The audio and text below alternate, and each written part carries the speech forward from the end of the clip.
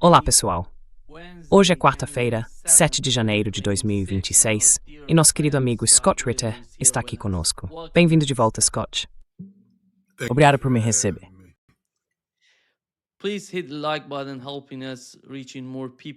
Por favor, clique no botão de curtir para nos ajudar a alcançar mais pessoas.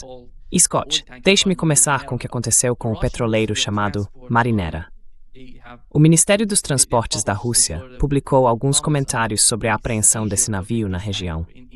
Eles afirmam que, em 24 de dezembro de 2025, o Marinera recebeu autorização temporária para navegar sob a bandeira do Estado russo, emitida de acordo com a legislação russa e as normas jurídicas internacionais. Hoje, por volta das 15, horário de Moscou, a Força Naval dos Estados Unidos abordou a embarcação em alto mar, fora das águas territoriais de qualquer estado. O contato com o navio foi posteriormente perdido. De acordo com a Convenção das Nações Unidas sobre o Direito do Mar de 1982, o alto mar é regido pelo princípio da liberdade de navegação. Nenhum estado tem o direito de usar a força contra embarcações legalmente registradas sob a jurisdição de outro estado. O que está passando pela cabeça do governo Trump? E qual foi a necessidade de fazer isso?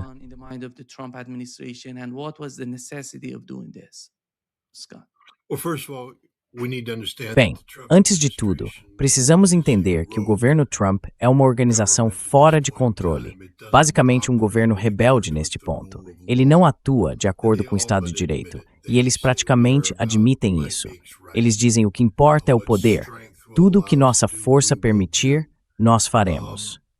Marco Rubio disse que o direito internacional não importa, que as Nações Unidas não importam, que a Carta da ONU não importa. Nenhuma das estruturas legais que mantém o mundo unido importa mais.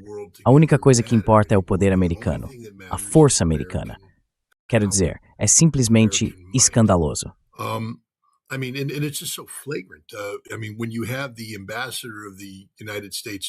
Quer dizer, quando o embaixador dos Estados Unidos na ONU, no Conselho de Segurança, diz que a América vai determinar como o petróleo venezuelano será usado, quem pode comprá-lo e quem não pode, não há base legal para isso.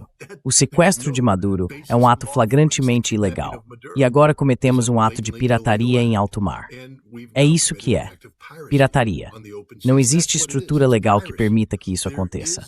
O sistema judicial dos Estados Unidos foi corrompido porque, aparentemente, a Guarda Costeira agiu com base em um mandado emitido pelo Distrito Sul de Nova York, permitindo que apreendessem esse navio. Mas não há autoridade constitucional para esse mandado.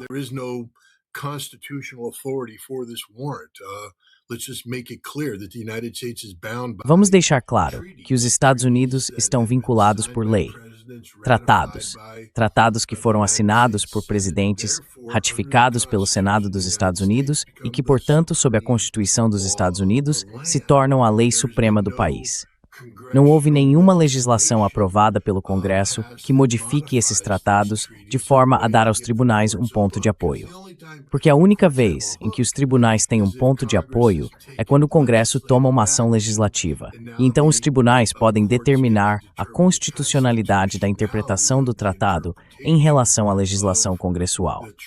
Mas, na ausência de legislação congressual, o tratado é a lei suprema do país.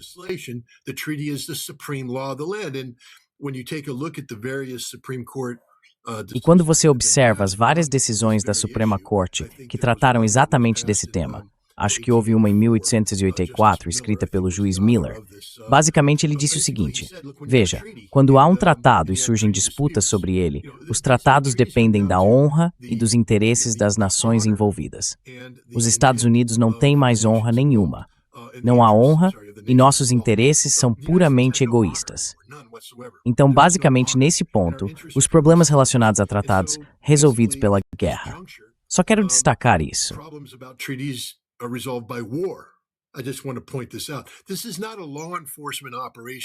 Isto não é uma operação de aplicação da lei que está acontecendo. Não há nenhuma lei a ser aplicada aqui. Esta é uma operação fora de controle, um ato de pirataria. A consequência é ou a capitulação da Rússia ou a guerra. Quero dizer, é disso que se trata. Os Estados Unidos decidiram que apenas eles determinarão como o petróleo venezuelano será tratado no mercado aberto. Então impusemos sanções que não têm peso algum sobre o direito internacional.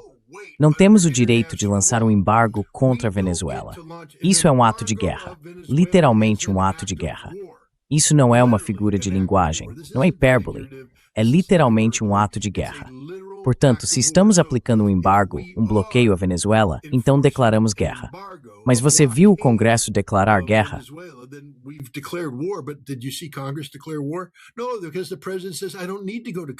Não, porque o presidente diz, eu não preciso ir ao Congresso, eu sou o maldito ditador, eu sou Donald Trump. E ele age como um, não apenas virtualmente, ele é um ditador. O Congresso desistiu. Não há nenhum obstáculo congressual. E os tribunais também desistiram, porque fazem tudo o que ele quer, independentemente do que a Constituição diz. Então, os Estados Unidos pararam, deixaram de funcionar como uma república constitucional. Hoje, funcionamos como uma ditadura comandada por esse culto à personalidade chamado Donald Trump. O que Donald quer, Donald consegue. Quer dizer, isso se tornou absurdo. Quando as pessoas falam sobre a doutrina Monroe, dizem, é a doutrina Donroe.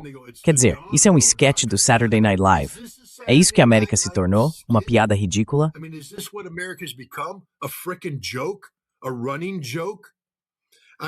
Uma piada recorrente?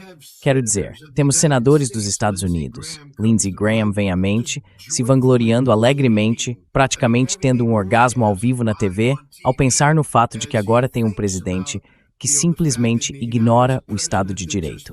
E este é um homem que preside o Comitê Judiciário do Senado. É disso que estou falando. Não funcionamos mais como uma república constitucional. Isso é um ato de guerra, um ato de pirataria. Vamos ver o que a Rússia faz. Quero dizer, acabei de escrever um artigo e veja bem, sou americano. Amo meu país, mas meu país é uma república constitucional, não uma nação fora da lei, cometendo atos de pirataria. E um navio da guarda costeira que abordou uma embarcação com bandeira russa, uma embarcação legalmente registrada em mar aberto, é um navio pirata.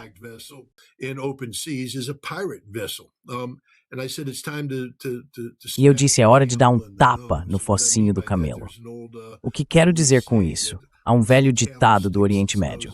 Uma vez que o camelo enfia o focinho debaixo da tenda, se você não o impedir, ele entra na tenda.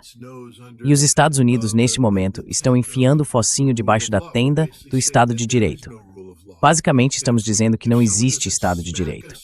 E se alguém não nos der um tapa no focinho e nos fizer recuar, vamos começar a fazer qualquer coisa. Quero dizer, não há nada que nos detenha. Uma vez que façamos isso, quero dizer, tenho que rir da Europa agora. Estamos apoiando essa ação, esse ato de pirataria. O que vocês vão fazer amanhã quando Trump tomar a Groenlândia? É a mesma coisa, pessoal. Uma vez que vocês o deixem fazer isso, ele vai continuar fazendo.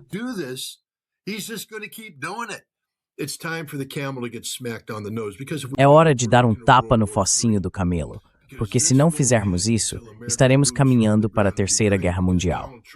Isso não vai acabar até que soldados americanos estejam em solo ucraniano, porque Donald Trump continuará insistindo no que ele chama de interesses americanos.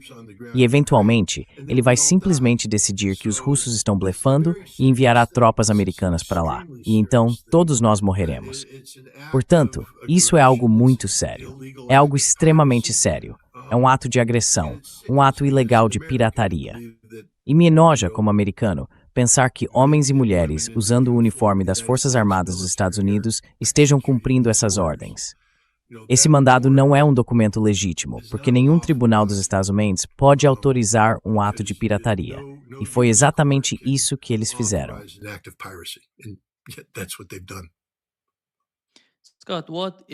Scott, qual é o resultado de sequestrar o presidente da Venezuela?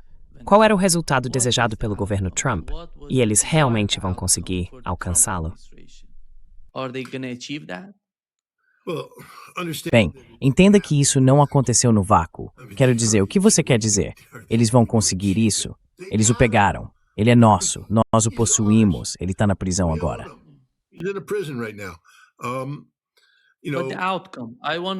Mas o resultado? Eu quero ver o panorama geral. Qual seria o resultado? O que os Estados Unidos querem da Venezuela? que sob o governo Maduro não conseguiram alcançar. É por isso que eles estão indo até lá. You're missing the whole point. To have a Maduro Você está perdendo completamente o ponto. Ter uma administração Maduro significa que os Estados Unidos reconhecem a soberania. Sabe, os Estados Unidos publicaram um documento de estratégia de segurança nacional em novembro de 2025 e todo mundo zombou disso.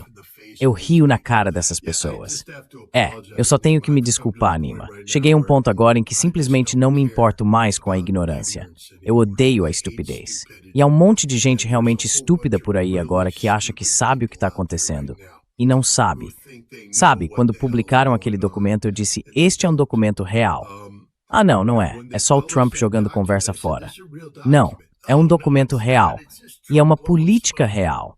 E está sendo implementada neste exato momento.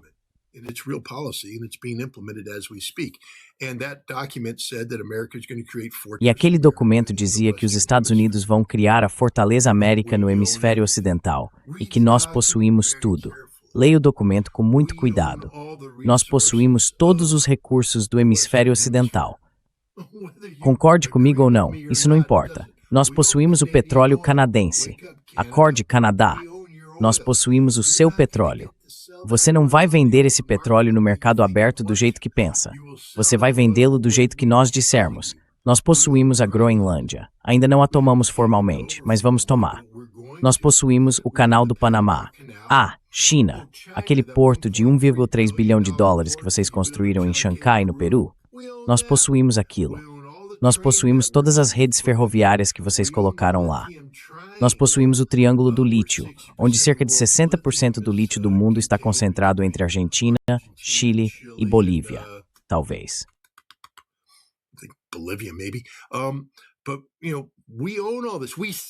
Mas veja, nós somos donos de tudo isso. Dizemos que somos donos. Esses recursos não podem ser usados por potências externas, por potências fora do hemisfério. Então, o que estamos fazendo na Venezuela? Estamos marcando território. Nós possuímos a Venezuela. Possuímos tudo sobre a Venezuela. E estamos dizendo à Colômbia, nós possuímos vocês também. Estamos dizendo ao México, nós possuímos vocês também. Estamos dizendo a todos, nós possuímos vocês. E, se vocês escolherem agir de uma forma que implique independência de operação fora da dominação americana, então tomaremos seus líderes e os puniremos. A CIA fez uma enorme quantidade de trabalho preparatório na Venezuela. Veja, isso ainda não veio à tona. Compramos os militares. Quero dizer, vai haver um preço alto a pagar quando as investigações forem concluídas.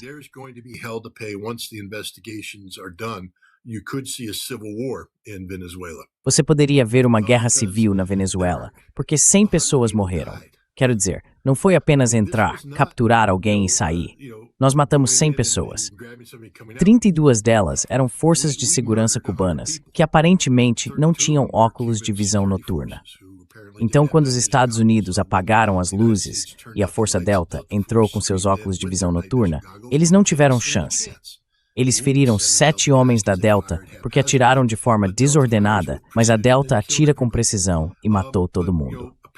Aparentemente, matamos todos. Empregados, funcionários civis da casa, eles morreram. Civis na rua que ficaram no caminho do fogo de supressão lançado em vários pontos de Caracas também morreram.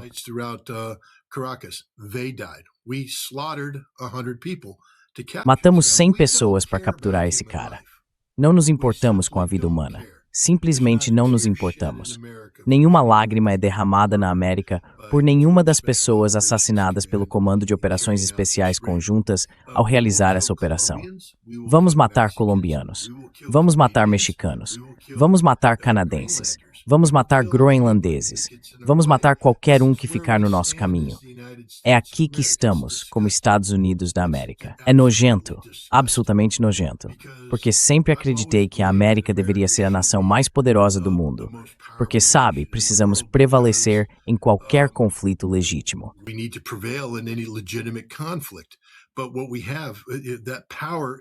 Mas o que temos é que o poder é sempre limitado pelo poder, a Constituição, e pelo nosso status como uma república constitucional. nosso status como uma nação governada pelo Estado de Direito, não apenas internamente, mas também em nossas interações com a comunidade global. Quero apenas lembrar ao seu público que a Carta das Nações Unidas é um tratado assinado por um presidente americano e ratificado por 2/3 do Senado dos Estados Unidos. E, portanto, segundo a Constituição, é a lei suprema do país. Então, toda vez que você ouvir um idiota como Marco Rubio, ou pessoas no seu chat, ou qualquer outra pessoa dizendo não, o direito internacional não importa, vá se catar.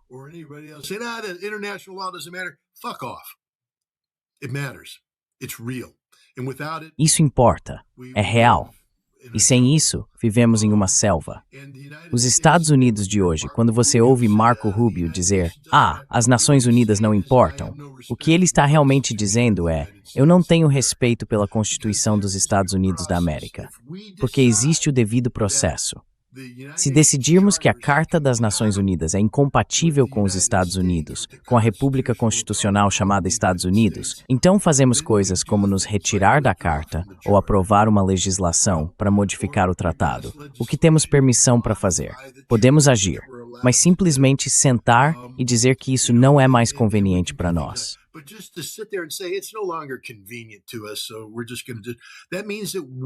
Então, o que estamos fazendo significa que não somos mais uma república constitucional, que o Estado de Direito não importa. E todo americano precisa entender isso. É por isso que o ICE anda pelas ruas das cidades americanas hoje e detém cidadãos americanos sem medo de consequências, porque o Estado de Direito não importa. Permitimos que esse narcisista, esse Calígula, esse culto à personalidade basicamente diga: o que eu quero, eu consigo, e ninguém o impede. Nem no país, nem agora no exterior.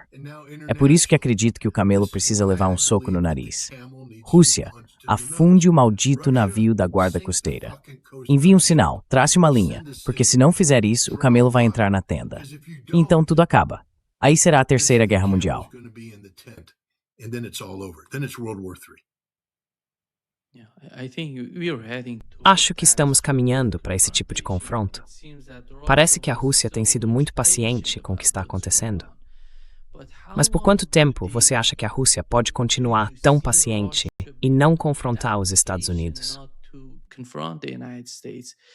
It's a fundamental question because, É uma questão fundamental porque, sabe sim, eu acabei de escrever um artigo chamado O Escudo das Sanções. Nele falo sobre a ameaça das sanções. Os Estados Unidos têm usado sanções. No início, eu costumava acreditar que quando se impunham sanções, isso significava que não havia uma política definida, que não se sabia o que fazer. Então sancionava-se, ganhava-se tempo enquanto se tentava descobrir uma solução. Mas o que descobrimos ao longo do tempo é que as sanções não enfraquecem uma sociedade da forma que gostaríamos. A ideia era fazer com que o povo responsabilizasse seu governo.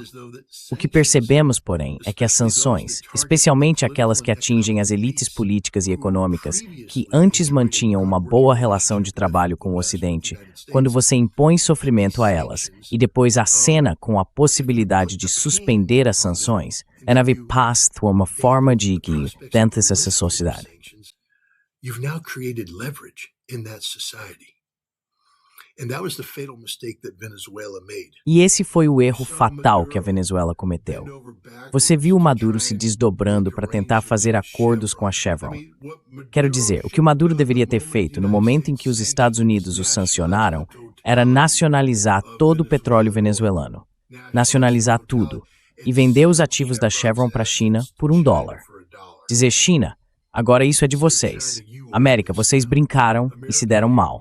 Vieram contra nós e nós simplesmente os tornamos irrelevantes. Vocês não importam mais. Agora pertence à China. E assim você força os Estados Unidos a sofrer um grande impacto. Mas o que aconteceu? Não. Ele foi lá e disse: ei, vamos negociar. Vamos trabalhar com a Chevron. Vamos trabalhar com os Estados Unidos. Vamos fazer acordos. Por quê?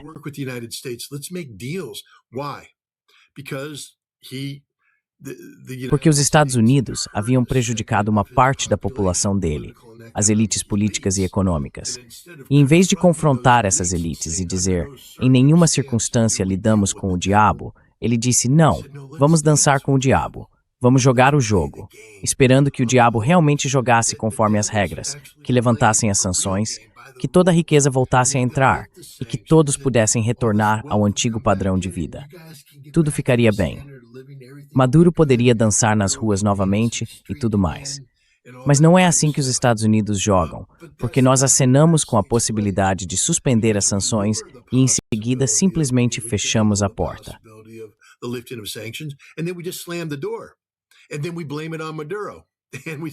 E então colocamos a culpa em Maduro e dizemos que é culpa dele. Agora as elites políticas e econômicas dizem, ei, Maduro é o culpado. E a CIA aparece e diz, ei pessoal, podemos ajudar vocês aqui. Ajudem-nos a nos livrar de Maduro. Olhem, contas bancárias agora mesmo com dinheiro nelas. Aqui está a conta, está em seu nome. Há muito dinheiro lá e haverá mais quando o petróleo começar a fluir. Tudo que vocês precisam fazer é jogar o jogo. E, infelizmente, traidores venezuelanos aceitaram o dólar da CIA. É isso que está acontecendo no Irã, aliás. Quero deixar esse ponto muito, muito claro. O governo iraniano, sabe, eu não condeno o homem. Quero dizer, ele sabe que as sanções machucam. As sanções machucam. E em vez de dizer, aguente firme, Irã, nós nunca vamos ceder.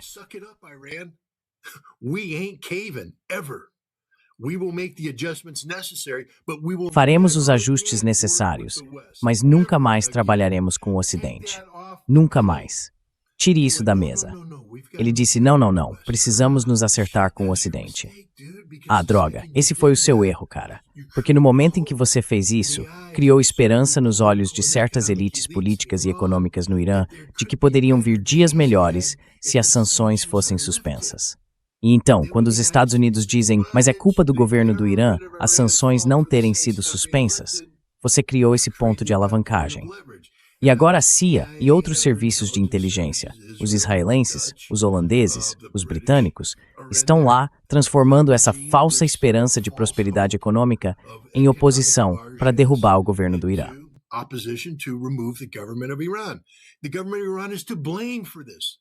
O governo do Irã é o culpado por isso, 100%. Quero dizer, eu não aprovo o que está acontecendo, mas é culpa deles. Eles criaram essa situação, assim como Maduro fez. E veja, a Rússia está fazendo a mesma coisa. Vladimir Putin, ele recebeu um presente, o presente das sanções, porque as sanções contra a Rússia são tão absolutas que o país criou um escudo de sanções que basicamente dizia, para sobrevivermos, precisamos viver fora de qualquer noção de interação econômica com o Ocidente. E eles começaram, criaram esses vínculos, refizeram as coisas por conta própria. Mas então Kirill Dmitriev entrou em cena. E não estou dizendo que o homem é uma quinta coluna, mas ele é. Ele é um banqueiro do Goldman Sachs que administra o Fundo Soberano da Rússia, um fundo que depende de metodologias econômicas ocidentais para prosperar.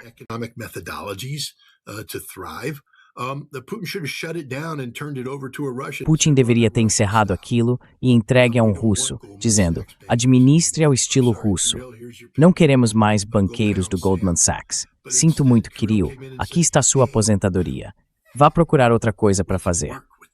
Mas em vez disso, Kirill apareceu e disse, ei, podemos trabalhar com o Ocidente aqui. Por que não oferecemos a eles essas relações econômicas, exploração do Ártico, ajuda no desenvolvimento de petróleo no norte, os minerais de terras raras, todas essas coisas que podemos fazer. Assim que as sanções forem suspensas, faremos um acordo na Ucrânia. As sanções serão ótimas. E então ele começou a trabalhar com Steve Witkoff, que é o cara do Donald Trump. Não um diplomata, mas um homem de negócios. Mas Trump nunca, jamais quis fazer nenhuma das coisas que Kirill Dmitriev quer. Ele não leva isso a sério.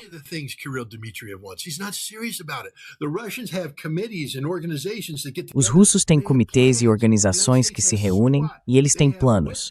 Os Estados Unidos não têm nada. Eles têm Witkoff e Jared Kushner, um sionista que quer, você sabe, transformar Gaza em um destino de férias no Mediterrâneo. Esse é o nível da análise dele. Reunir-se com Kirill Dmitriev, falando um monte de bobagens utópicas. E o problema é que isso é publicado na Rússia, e então as elites políticas e econômicas russas dizem, queremos isso. Podemos ganhar dinheiro com isso. Isso seria bom. E começam a pressionar Vladimir Putin para se reconciliar com o Ocidente. Não, Você tinha um escudo de sanções. Nunca, jamais negocie com o Ocidente, Vladimir Putin. Nunca. Nem agora, nem com Donald Trump. Donald Trump é um homem sem honra. Nenhum acordo com Donald Trump jamais se concretizará da forma que você imagina.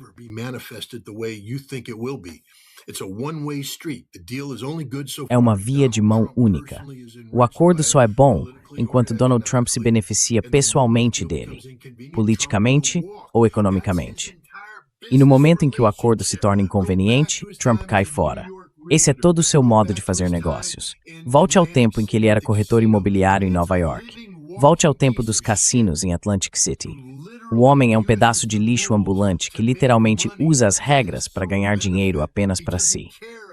Ele não se importa em criar um negócio viável. Ele não se importa em ter relações mutuamente benéficas. Ele disse via de mão única. É isso, Donald Trump, mão única.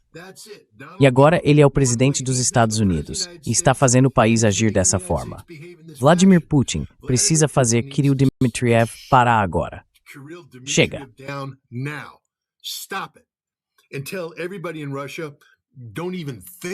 Até que todo mundo na Rússia pare até de pensar em relações econômicas com o Ocidente. Isso não vai acontecer. Nunca. E se você quer que isso aconteça, caia fora do país. Saia agora. Deixe seu dinheiro aqui, mas vá embora. Eu não vou lidar com isso. Encerre isso agora. Porque se não fizerem, os Estados Unidos vão dar um jeito. A CIA sempre vai encontrar uma forma de sussurrar palavras doces nos ouvidos de quem busca uma vida melhor. O caminho rápido, a rota para a riqueza. E quando isso acontecer, haverá oposição na Rússia. E veja bem, não estou dizendo que o governo russo não possa controlar isso, mas por que você abriria a porta para esse tipo de coisa? Encerre isso agora. Mas eles não fizeram. E isso é um sinal de, não quero dizer fraqueza, mas é um sinal de pensamento ruim.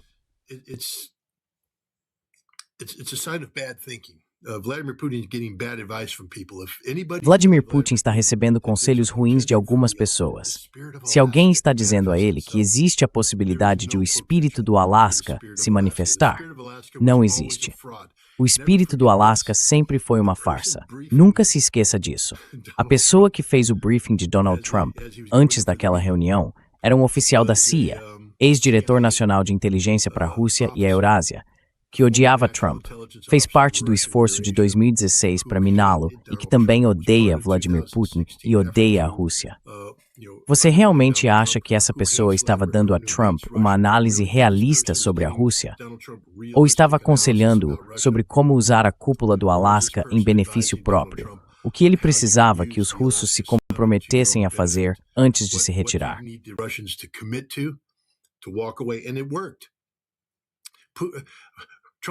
E funcionou. Trump não cedeu nada no Alasca. Mas o que ele conseguiu dos russos foi um compromisso com o espírito do Alasca. E isso abriu a porta para um diálogo contínuo entre Dmitriev e Witkoff, que então criou essa ideia de uma possível generosidade econômica caso as sanções fossem suspensas. Foi uma farsa o tempo todo. Donald Trump enganou Vladimir Putin. E acho que está na hora de Vladimir Putin acordar e entender que foi exatamente isso que aconteceu. Você foi enganado por Trump, por Witkoff. Quanto a Dmitriev, se ele estava ganhando ou não vou questionar o patriotismo de Kirill Dmitriev, mas ele é um banqueiro do Goldman Sachs. É isso que ele faz. Ele faz negócios. Ele não faz negócios como eu e você. Um acordo de aperto de mão, algo baseado na realidade. Like you and I make a deal, a handshake deal, whether it's based on reality, he deals with massive movements of money that Ele lida com enormes movimentações de dinheiro que enriquecem elites selecionadas. E é isso que ele fez.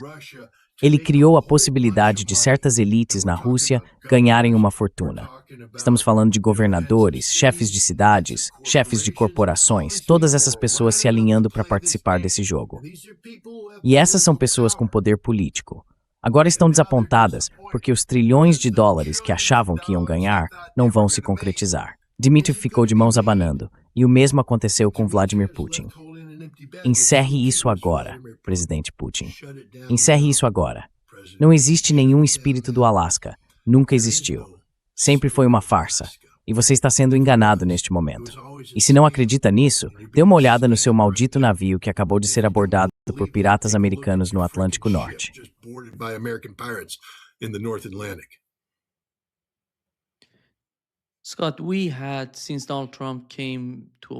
Scott, desde que Donald Trump foi eleito nos Estados Unidos, houve dois grandes pontos de escalada entre a Rússia e o Ocidente. Um deles foi o ataque aos bombardeiros nucleares antes de a guerra entre o Irã e Israel estourar. O segundo foi o ataque à residência de Putin antes da operação na Venezuela. Esses eventos são enormes. Observando o padrão, o ataque aos bombardeiros agora é uma grande escalada, um ataque ao próprio Putin. O que se passa na mente dos analistas russos próximos a Vladimir Putin? Como eles veem ou entendem a situação com o governo Trump? Porque sabemos que se algo acontecer a Vladimir Putin, teremos uma guerra nuclear. Não há saída. Quem quer que o substitua vai provocar uma guerra nuclear. Ele vai atacar Londres, vai atacar todos esses tomadores de decisão na Europa. Qual é a sua opinião sobre isso? Até onde eles estão dispostos a ir?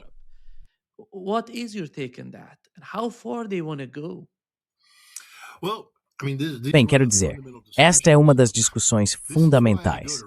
É por isso que eu vou à Rússia, só para que todos entendam, para poder ter essas conversas e falar com as pessoas. Sabe, acabei de terminar uma entrevista muito longa com Sergei Karaganov. Ele é um cientista político russo de destaque e é fortemente contra a interação da Rússia com o Ocidente. Ele acredita que a Rússia deve se voltar para o Oriente e trabalhar com a China, que não há futuro para a Rússia no Ocidente, porque o Ocidente é um parceiro de negociação não confiável. Ele está 100% certo. Mas aqui está a questão. Ele acredita que o Ocidente está blefando. Quero dizer, ele é um defensor convicto dessa ideia. Ele não acredita no desarmamento nuclear.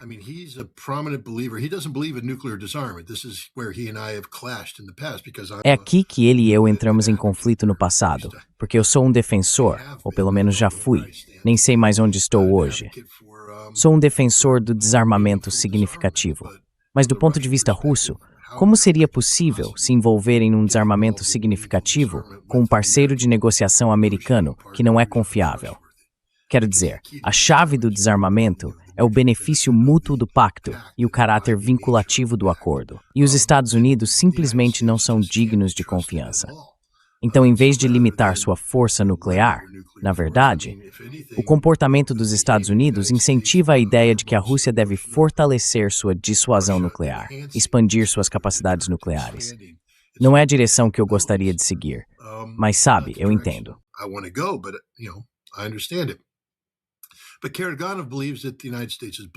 Mas Karaganov acredita que os Estados Unidos estão blefando, que nunca usariam armas nucleares para defender a Europa, e que se a Europa continuar representando uma ameaça existencial para a Rússia, então a Rússia deveria usar armas nucleares contra a Europa. Ele escreveu um artigo há alguns anos em que disse que os Estados Unidos não estão dispostos a trocar Boston por Poznan. Ou seja, a Rússia poderia lançar uma bomba nuclear sobre Poznan, e os Estados Unidos não fariam nada. É uma declaração e tanto, uma aposta e tanto. Veja, este é um homem que já se sentou ao lado de Vladimir Putin. É um homem que participa do Clube Valdai. E as pessoas ouvem isso e dizem, esses são os linha dura que aconselham Vladimir Putin.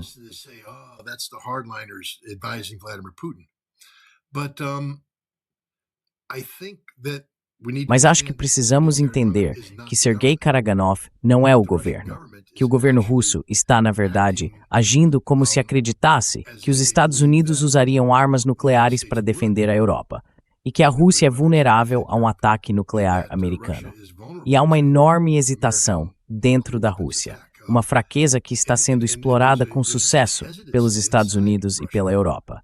Quero dizer, a Rússia continua publicando linhas vermelhas que continuam sendo ultrapassadas. E pessoas como eu e outros olham para isso e dizem, bem, sabe, isso é porque Vladimir Putin é muito pragmático.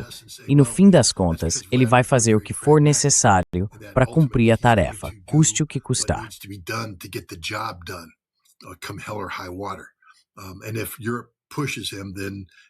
E se a Europa o pressionar, então sabe, ele poderia usar armas nucleares. Mas acho que isso ainda está em debate. Quero dizer, não cheguei a uma conclusão. Não estou aqui chamando Vladimir Putin, sabe, de instável. Pessoalmente, acredito que ele não é. Mas acredito que ele está sendo aconselhado por pessoas que, qualquer um que acredite no espírito do Alasca hoje, deveria ser demitido. Não existe espírito do Alasca. Esse é o espírito da submissão, o espírito da rendição. E agora os russos precisam refletir sobre a realidade dessa nação fora de controle, os Estados Unidos. E como conter essa nação fora de controle? Você não a contém por meio da amizade.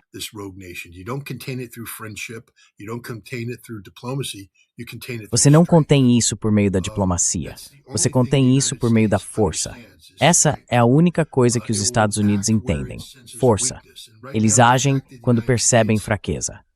E agora, o fato de os Estados Unidos terem abordado um petroleiro com bandeira russa em um ato de pirataria significa que percebem fraqueza por parte da Rússia e continuarão a pressionar enquanto perceberem fraqueza. A Rússia, em algum momento, precisa fazer uma demonstração de força. E, infelizmente, isso provavelmente significa algum tipo de conflito militar com os Estados Unidos. Espero que limitado. Mas, novamente, vocês cometeram um ato de pirataria contra um navio russo. A pena para piratas geralmente é serem afundados.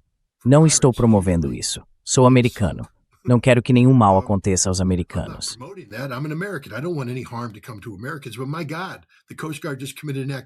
Mas, meu Deus, a guarda costeira acabou de cometer um ato de pirataria. É hora de a Rússia traçar um limite e dizer: chega, vocês já foram longe o bastante. Daqui em diante, se tomarem alguma ação, haverá uma resposta militar russa e estamos dispostos a levar isso tão longe quanto vocês quiserem. Quero dizer, se quiserem, posso colocar toda a minha força nuclear estratégica em alerta de combate, se quiserem jogar esse jogo. Neste momento, os Estados Unidos acreditam que a Rússia nunca fará isso, que a Rússia não tem intenção de fazer isso, que a Rússia não é capaz de fazer isso. E por isso, os Estados Unidos vão continuar pressionando, pressionando e pressionando.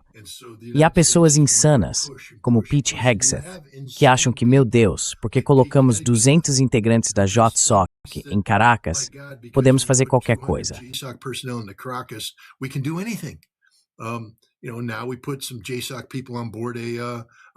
Sabe, agora colocamos alguns membros do JSOC a bordo de um petroleiro russo. Então, podemos fazer qualquer coisa. E há pessoas como Scott Ritter, que realmente acreditam que podemos sancionar a Rússia até o colapso. E é isso que ele está fazendo. Trump não adotou uma política de suspender as sanções contra a Rússia. Trump adotou uma política de sancionar a Rússia até o colapso. Essa é a política do governo Trump. A Rússia precisa acordar para isso, porque essa é, de fato, a política. Não estamos procurando uma saída. Estamos procurando derrotar estrategicamente a Rússia na Ucrânia. E estamos fazendo isso prolongando esse conflito, sabe? E culpando Putin, dizendo que as sanções não podem ser suspensas por causa disso, na esperança de gerar uma quinta coluna dentro da Rússia para esse fim.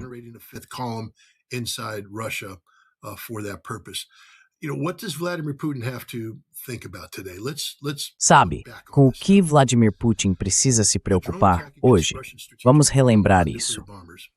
O ataque de drones contra bombardeiros nucleares estratégicos russos foi uma operação realizada pela Agência Central de Inteligência em conjunto com o MI6. A CIA vem trabalhando com a inteligência ucraniana desde 2015 para desenvolver recursos dentro da Rússia para esse tipo de ataque. Para realizar algo assim, é preciso ter a capacidade de identificar instalações de interesse, alugá-las, operá-las discretamente e adquirir veículos. Veja, isso se chama operações de força avançada. Você está no Irã agora. Sabe o que fizemos lá antes da tentativa fracassada de resgate dos reféns? Enviamos uma equipe de operações especiais de forma secreta. Dick Meadows a liderou. Eles alugaram armazéns, alugaram caminhões.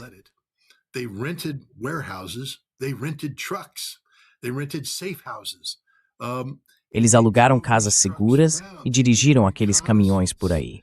Fizeram reconhecimento. Basicamente, a Força Delta deveria pousar, pegar helicópteros e aterrissar fora de Teherã. Os caminhões se encontrariam com a Força Delta e ela seria levada em veículos iranianos até a Embaixada e o Ministério das Relações Exteriores, onde lançariam o ataque. Depois, os helicópteros chegariam, os retirariam e os levariam até um campo de aviação, que seria tomado pelos Rangers. E assim por diante. Mas tínhamos pessoas em solo no Irã fazendo isso. Sabe, Fred, não consigo me lembrar. Aruj, acho que esse era o sobrenome dele. I can't remember, Arouge, I think his last name was. He was an Air Force junior enlisted. Ele era um militar júnior da Força Aérea na época, um iraniano, falante de persa. Ele estava com eles como linguista. Sabe, ele foi deixado para trás. Quero dizer, quando tudo deu errado, ele ficou para trás.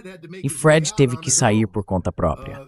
Ele conseguiu chegar à Turquia, mas sabe, se tivesse sido capturado, morte. Mais tarde conheci Fred. Ele se tornou piloto de helicóptero da Força Tarefa 160 das Forças de Operações Especiais do Exército dos Estados Unidos e voou em missões comigo no Iraque como inspetor de armas. Mas o ponto é isso que fazemos. É assim que operamos. A CIA e os britânicos, entenda novamente, nos anos 1990, nós compramos todo mundo, especialmente os britânicos.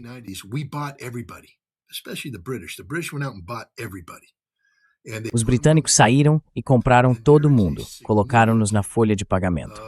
E há hoje na Rússia um sistema significativo sob controle da CIA.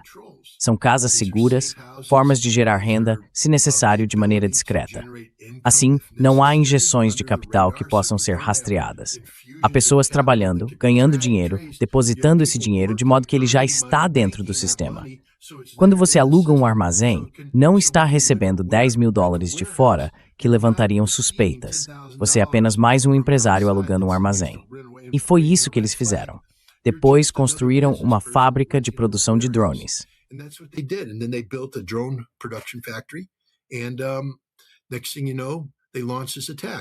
E então, de repente, eles lançaram esse ataque contra ativos estratégicos russos. Foi um teste para a Rússia, porque o país havia publicado uma doutrina nuclear estratégica que dizia: se você atacar nossa infraestrutura nuclear, nós vamos bufar e soprar até derrubar sua casa. E a Rússia não fez absolutamente nada. A Rússia reagiu com tudo bem, e tratou o caso como algo sem importância. Foi um teste. Agora, aparentemente, Donald Trump liga para Vladimir Putin, conversa com ele ao telefone, depois diz: espere um pouco, eu te retorno. E então, auto-tentar os drones, e só o devido é muito tendencia.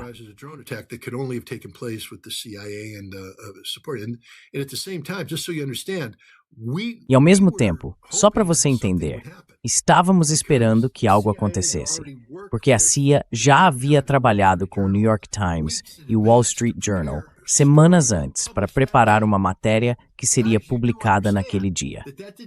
Pessoal, vocês entendem que isso não aconteceu por acaso.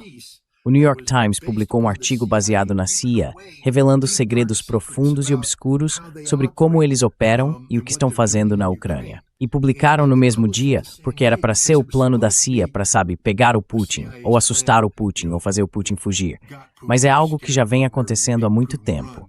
Em vez disso, eles tiveram que modificar dizendo, mas nós já estamos fazendo isso. Vladimir Putin foi alvo de Donald Trump. Não há outra forma de interpretar isso. Nenhuma outra forma de interpretar isso.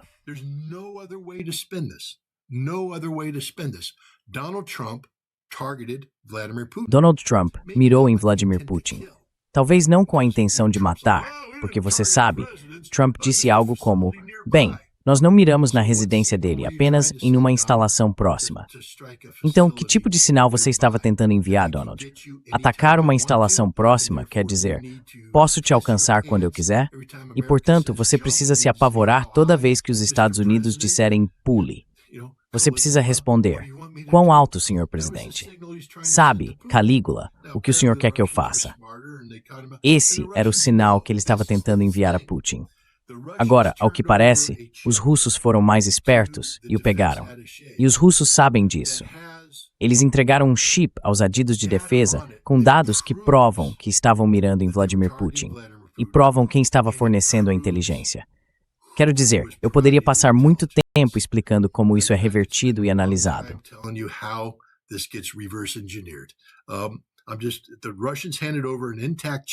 Os russos entregaram um chip intacto e apenas disseram, gostaríamos que você desse uma olhada nisso.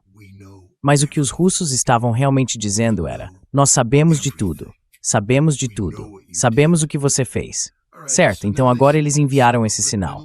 Mas a menos que isso seja sustentado por algo, é inútil, porque Trump, você sabe, esse culto à personalidade, está cercado por nada além de bajuladores.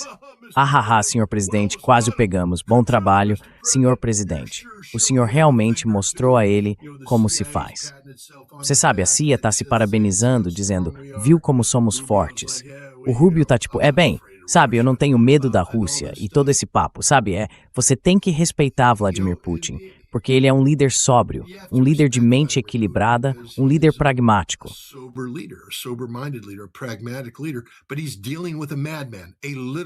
Mas ele está lidando com um louco de verdade. E neste momento, não há freios nem contrapesos sobre as ações desse louco. Veja bem, mais uma vez, não estou aqui para aconselhar o presidente da Rússia, mas estou aqui para dizer a ele, como analista especializado, você está sendo feito de tolo pelo presidente dos Estados Unidos. Espero que entenda isso, aceite e tome as medidas adequadas. Mas, se por um segundo você acredita que existe algum espírito do Alasca, se acredita por um segundo que tudo isso é apenas má influência sobre Trump, que Steve Witkoff pode apelar para o seu lado melhor. Witkoff faz parte do problema. Ele não faz parte da solução. Witkoff está fortalecendo uma quinta coluna dentro da Rússia, criada para derrubá-lo, senhor presidente. Considere-se avisado.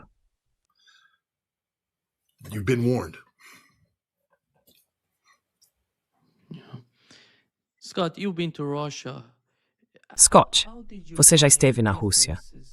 Como você percebeu as diferenças nessa parte da sociedade? Você acabou de mencionar um pouco sobre o que está acontecendo lá e o papel de Witkoff e sua equipe em tentar criar divisões dentro da sociedade. Mas quão influente isso poderia ser para o presidente russo? Estou falando internamente, dentro da Rússia.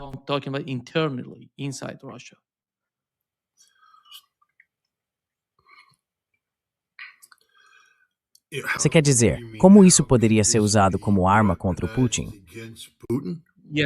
Sim, exatamente. Como é para usar isso como arma contra Vladimir Putin?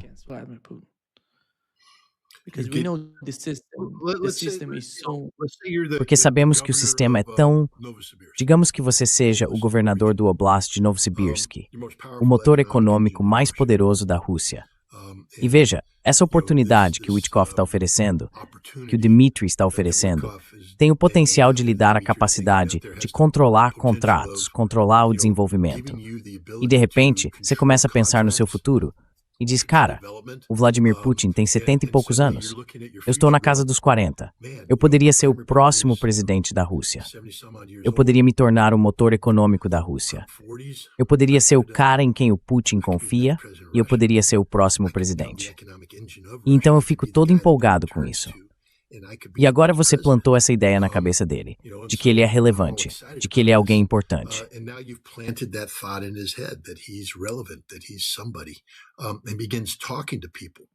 E ele começa a conversar com outras pessoas, incluindo o FSB local. Eles o utilizam para silenciar a oposição, o que estão fazendo neste exato momento. E não é só em Novosibirsk, são outras regiões também. No momento em que você começa a falar sobre desenvolver os recursos russos, os governadores e os governos locais dessas regiões que possuem esses recursos passam a ter um interesse direto nessa possibilidade. Grande parte desse potencial está adormecida agora, porque a Rússia não tem capacidade de agir em seu desenvolvimento. Se você está administrando a economia, pensa, puxa, se continuarmos essa guerra, em algum momento teremos que fazer a transição para uma economia de guerra. E isso vai afetar os mercados dos quais eu tenho lucrado e dos quais todos os meus amigos também têm lucrado.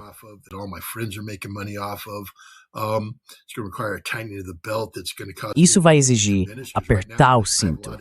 E isso vai fazer com que eu perca importância, porque agora eu tenho muita influência. Eu sou a pessoa do dinheiro. Eu posso fazer o dinheiro acontecer. E de repente, não sou mais. Todas essas pessoas começam a conversar entre si. E você sabe, o que acontece é que Vladimir Putin começa a descobrir que existe um governo paralelo. Pessoas conspirando pelas suas costas, que talvez as instruções que ele deu não estejam sendo cumpridas totalmente.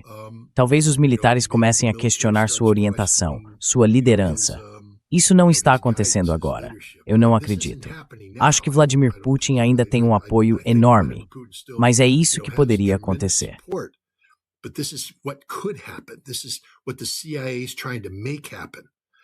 É isso que a CIA está tentando fazer acontecer. É o que a CIA vem tentando fazer desde que Vladimir Putin assumiu o cargo. E eles tiveram sucesso com Navalny, Nemtsov, todas essas pessoas eram agentes da CIA, comprados e pagos. Mas os russos, por meio de sua lei de agentes estrangeiros, conseguiram encerrar esses vetores de controle, as organizações não governamentais. Então, o que resta hoje na Rússia são esses ativos de longo prazo, que foram comprados nos anos 90 pela CIA e pelo MI6, e que podem ser ativados conforme necessário. Mas agora surgiu um novo potencial, porque se você pensar bem, você é Kirill Dmitriev, e Vladimir Putin escolheu você para ser o cara que faz a interface com Witkoff. Então você tem uma reunião.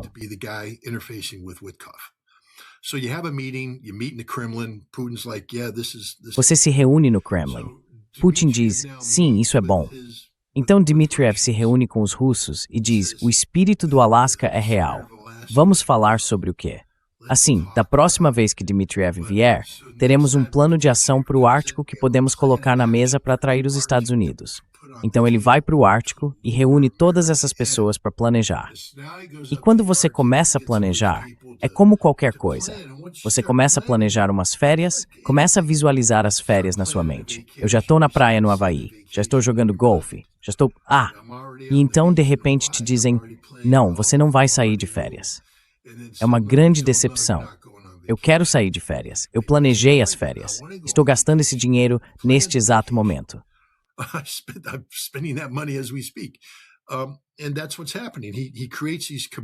E é isso que está acontecendo. Ele cria essas comissões, esses grupos de planejamento que começam a traçar o futuro da Rússia. Quero dizer, toda essa coisa estúpida do túnel, você sabe que não vai haver túnel nenhum. Isso nunca vai acontecer. Mas Dmitriev dizia, vamos ter esse túnel da Sibéria ao Alasca. Não, não vão. E se algum dia existisse, não seria para trazer a riqueza americana para a Rússia. Seria para sugar os recursos russos para fora da Rússia, porque é a única coisa que os Estados Unidos entendem. Nós não nos importamos com a Rússia. Não nos importamos com as empresas russas. Não nos importamos com o lucro russo. Não nos importamos com nada que diga respeito à Rússia. Tudo o que queremos são os recursos russos vindo para a América em condições que nos sejam favoráveis. É disso que se trata.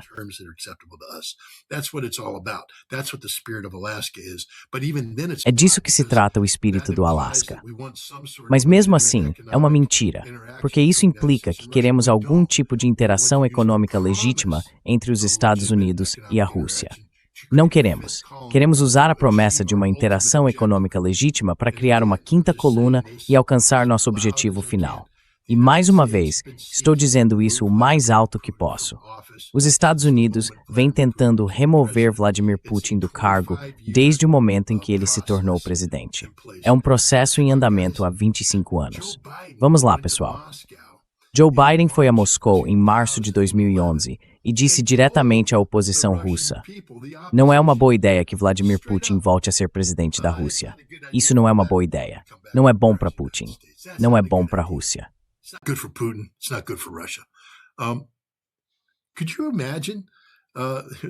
Você consegue imaginar Dmitry Medvedev vindo aos Estados Unidos e tendo uma reunião em Nova York com um monte de banqueiros e tal?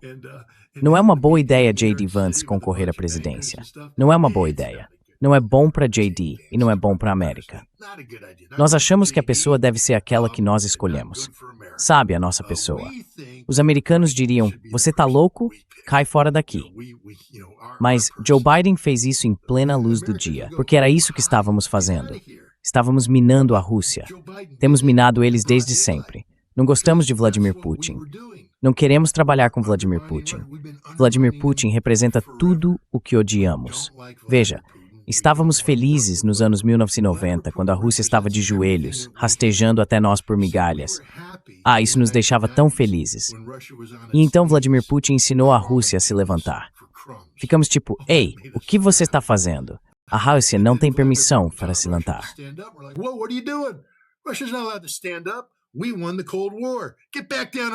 Nós vencemos a Guerra Fria. Ajoelhe-se novamente, Rússia. Comporte-se, obedeça. E a Rússia respondeu, não, nós vamos nos levantar.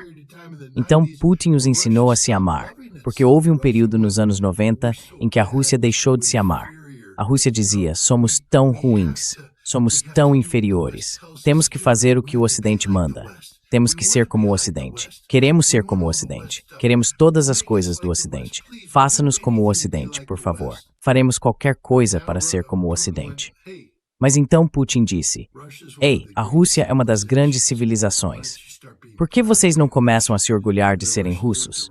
E os russos olharam ao redor e disseram: nós somos bem legais. E hoje os russos estão de pé, confiantes, muito orgulhosos de quem são. E nós não queremos isso. Nós não queremos lidar com uma Rússia que seja verdadeiramente Rússia.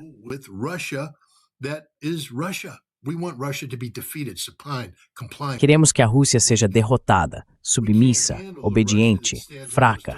Não conseguimos lidar com uma Rússia que se sustenta sobre as próprias pernas e diz: temos orgulho de quem somos, porque a maior ameaça que a Rússia representa agora é o fato de não querer ser como nós. É assim que controlamos o mundo. É assim que a hegemonia americana funciona. Convencemos outras sociedades de que são inferiores, de que a única maneira de ter um lugar à mesa é sendo como nós. Fizemos isso no Irã. Estamos fazendo isso no Irã. Vamos lá, pessoal. Todas aquelas lojas ocidentais sofisticadas. Vamos lá, mulheres iranianas, porque sabemos quem comanda o Irã. São as mulheres, assim como comandam tudo no mundo. E vocês podem comprar aquele vestido bonito, usar aquela maquiagem em casa, fazer isso, aquilo e mais aquilo outro. Podemos levá-las a Londres para fazer compras e tudo mais.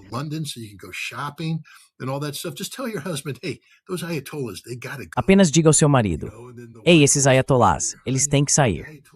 Aí a esposa sussurra para você: Querido, os ayatolás têm que sair. E então começam as manifestações nas ruas. Esse é um exemplo simplista, quase cômico, mas é assim que funciona. Nós exploramos os desejos mais básicos das pessoas. Em vez de as mulheres iranianas acordarem todas as manhãs dizendo: tenho orgulho de ser iraniana, tenho orgulho da minha religião, tenho orgulho da minha cultura, fico de pé com firmeza, como uma representante orgulhosa da sociedade iraniana. Veja, é isso que o Ocidente não quer. Queremos que as mulheres iranianas digam: quero ser como aquelas mulheres de Londres, quero ser como aquelas mulheres de Paris, quero ir para Nova York, porque o Irã é horrível. A mesma coisa acontece na Rússia. Não queremos que os russos olhem ao redor e digam: tenho orgulho da Rússia, tenho orgulho de ser russo.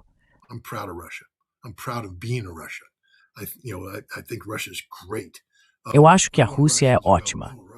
Queremos que os russos digam: a Rússia é uma droga. Queremos ser como o Ocidente. Precisamos da ajuda americana.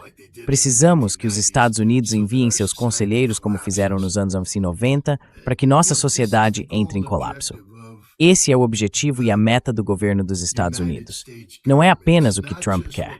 Trump simplesmente tem um bando de maníacos no poder agora que acreditam que realmente podem levar isso adiante. Mas é o que os Estados Unidos querem há 25 anos. E Vladimir Putin precisa acordar para essa realidade. Veja, eu também preciso acordar para essa realidade. Eu sou o cara que passou os últimos 2 anos e meio viajando pela Rússia, promovendo a amizade entre Ethel-Zeman e Rússia. Sabe que monte de besteira eu estava vendendo? A América quer ser sua amiga. Não, a Poridnokams.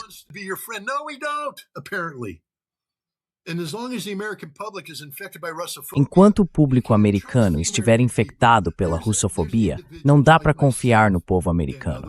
Existem pessoas como eu e outros que acreditam nisso, mas somos indivíduos informados. Até que se quebre o domínio russofóbico sobre a forma como os americanos recebem suas informações, por meio da academia, da grande mídia e da propaganda governamental, o povo americano continuará infectado. Quero dizer, a estupidez que leio no seu chat e em todos os outros, eu não culpo só você. A estupidez das pessoas aqui que não sabem nada sobre a Rússia, mas agem como se soubessem porque leram um tweet de Steve Witkoff ou algo assim, são mais burras que tudo. Para conhecer a Rússia, é preciso ir à Rússia. Se você nunca foi à Rússia, se nunca se aprofundou de verdade, você não sabe nada sobre a Rússia.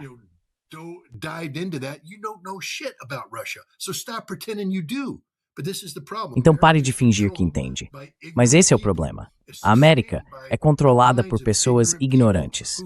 Ela é sustentada pelas mentes de pessoas ignorantes que acham que sabem alguma coisa, mas na verdade não sabem absolutamente nada. E enquanto esse sistema existir, por que a Rússia deveria ser amiga de nós?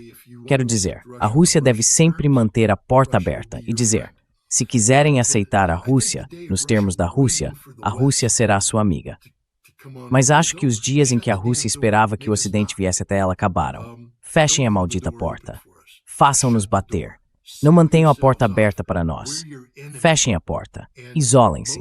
Somos seus inimigos, e a maioria das pessoas está tentando destruí-los. Elas agem em relação à Rússia não por desejo de amizade, mas por querer usar a amizade como meio de inserir sistemas venenosos em sua sociedade para derrubá-la.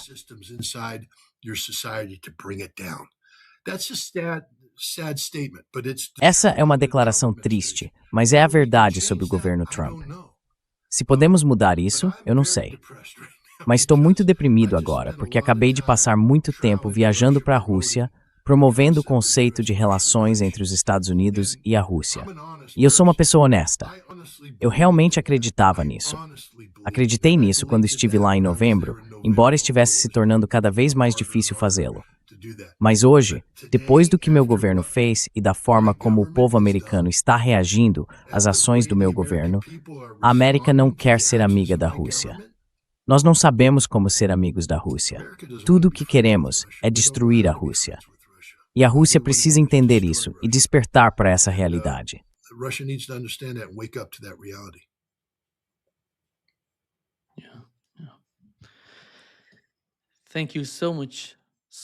Sim, muito obrigado, Scott, por estar conosco hoje. É sempre um grande prazer. Sempre aprendemos com o seu entendimento sobre o que está acontecendo na Ucrânia. E basicamente, hoje focamos na Venezuela, depois na Rússia. Na minha opinião, tudo está relacionado. Mas, no geral, estamos muito felizes em tê-lo conosco. E muito obrigado. Menor, obrigado. Fiz seguir Twitter. Divirta-te temporal. É bra. Tá aqui isso.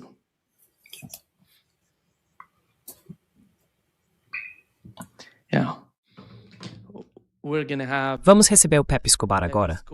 Vou enviar uma mensagem para ele se juntar a nós.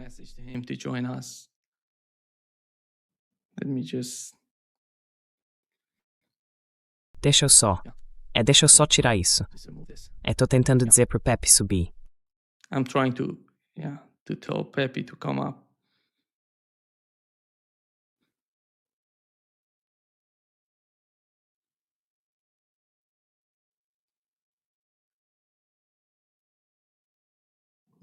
Sim, mande uma mensagem para ele. Ele vai aparecer agora.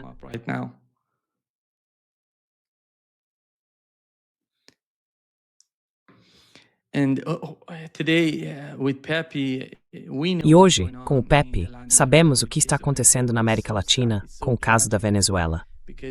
É tão triste, é tão trágico, porque eu vi o que aconteceu com o Irã, com o Oriente Médio, com a Ásia Ocidental, com essas guerras sem fim na região, no Iraque, no Afeganistão e na Síria agora. E é muito triste ver que isso está chegando ao Brasil, América Latina. E não se trata apenas do Brasil. Eles estão falando sobre Cuba. Como você sabe, eles estão falando sobre, bem, está tudo conectado. Dizem que é sobre a esquerda, mas não é sobre esquerda e direita. É algo além disso quando falam sobre Venezuela, Cuba, Colômbia. E eu diria que isso chegará primeiro ao Brasil no futuro. E vamos aprofundar esse assunto com Pepe Escobar. E aqui está o Pepe se juntando a nós. Como vai tudo, Pepe? Estamos ao vivo. How's everything, Pepe? We are on live. Oi, Nima. Oi, pessoal. Na verdade, é a minha vez de te perguntar, porque você está no olho do furacão. Você está em Teherã. Eu estou no meu refúgio, meu ninho de eremita, na cidade da OTAN, relativamente protegido. Mas você está na linha de fogo. Vamos ter que falar sobre isso, Nima.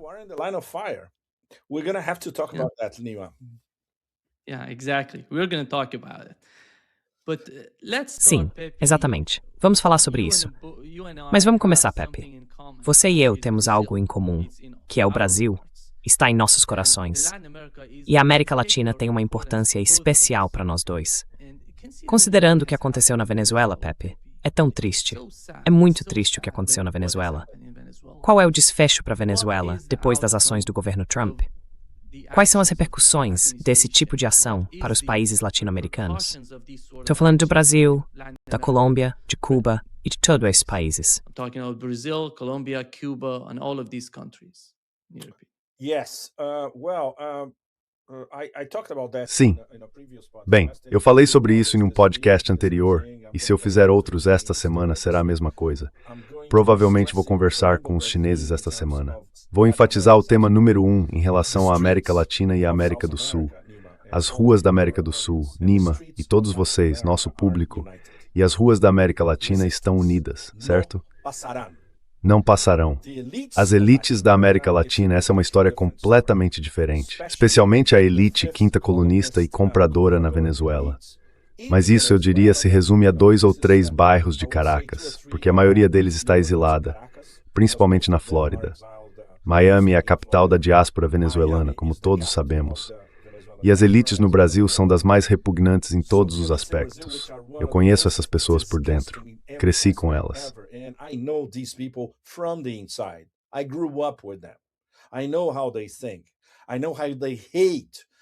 Eu sei como eles pensam. Eu sei como eles odeiam o Brasil. Eu sei como eles vendem o Brasil. Tipo, sabe? Como se pudessem vender qualquer coisa. Ok, vamos deixar isso de lado. E claro, a ideia deles de sucesso é o quê? Uma casa na Flórida e um apartamento na cidade de Nova York, com sotaque carioca. As elites na Colômbia, as elites no Chile, que são ainda piores. Você vai a certos bairros de Santiago e só há nazifascistas ao seu redor. Ostensivamente muito, muito ricos. Buenos Aires, meu Deus, isso é ainda pior. E agora eles controlam completamente o país por meio de seu fantoche da Sierra Elétrica, Milei. Então essas elites, é claro, estão aplaudindo o que aconteceu. Esse Netflix, eu diria, esse trailer da Netflix com a segunda temporada que aconteceu em Caracas. Aliás, não sei se você viu, eu postei no meu Telegram. By the way, I don't know if you... I posted on my Telegram, all of you should see it. There is already a... Todos vocês deveriam ver isso. Já existe, eu diria, uma renderização de inteligência artificial de menos de 2 minutos sobre o que aconteceu em Caracas, seguindo o roteiro americano e feita por um cineasta venezuelano, ou seja, ele comprou completamente a narrativa americana. Mas a produção em IA, os valores de produção são excelentes. E isso, para os jovens do mundo todo, é muito perigoso, porque já é uma operação psicológica subliminar. Vai ser uma distração para os jovens viciados em IA, que vai começar a circular por toda parte. Conceitualmente, é totalmente falso, embora seja apresentado de forma brilhante e pareça lindo. Mas é pura besteira. Basicamente um comunicado da Casa Branca colocado em IA. Certo, essa é a grande diferença, Nima, e todos vocês. Mantenham isso muito, muito claro. Nima and all of you. And keep it very, very clear. All of you who are watching us that Todos vocês que estão nos assistindo da América do Sul ou da América Latina, que falam espanhol ou português, e todos vocês, talvez muitos mais de vocês, que não estão na América do Sul ou na América Latina, mas têm, eu diria, apenas uma exposição marginal à vida lá, não apenas nos últimos anos, mas nas últimas décadas. Essa dicotomia entre as classes trabalhadoras, os campesinos, o sentimento popular em toda a América Latina e suas elites absolutamente repugnantes é um dos abismos mais marcantes da história da humanidade, de fato. E não estou sendo hiperbólico aqui. Então, obviamente, esse 1% na América do Sul e na América Latina, para eles isso é uma dádiva, porque o modelo deles, não importa quem esteja no poder em Washington, é o império. Eles são os lacaios do império. They are the lackeys of the empire.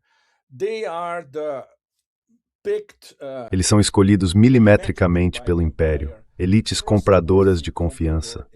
Você vive no Brasil, Nima, sabe muito bem de que tipo de gente estou falando.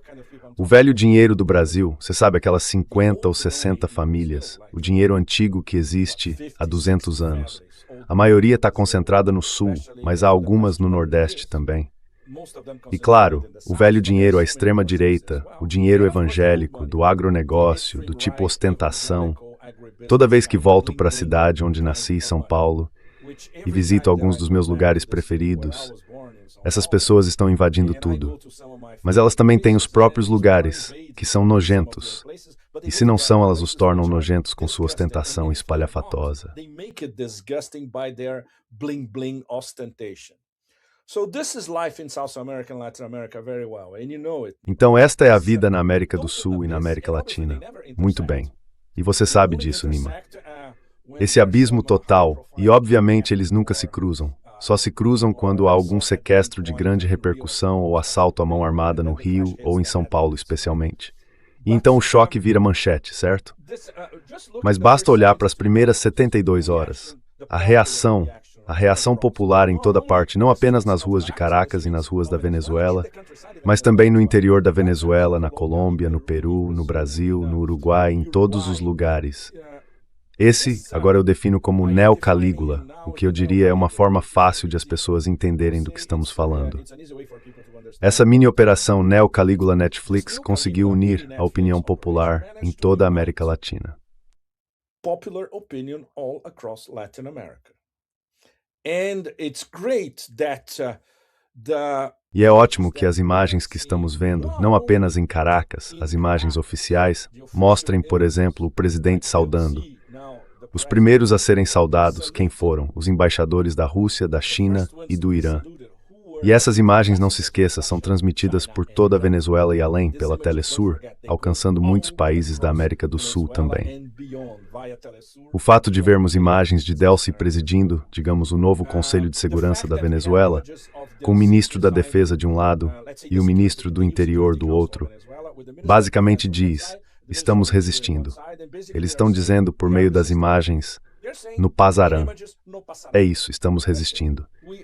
E não é de se estranhar que o mestre de cerimônias do circo, também conhecido como Neo-Calígula, já tenha proclamado que se Delcy não fizer o que mandam, ele vai bombardear a Venezuela novamente.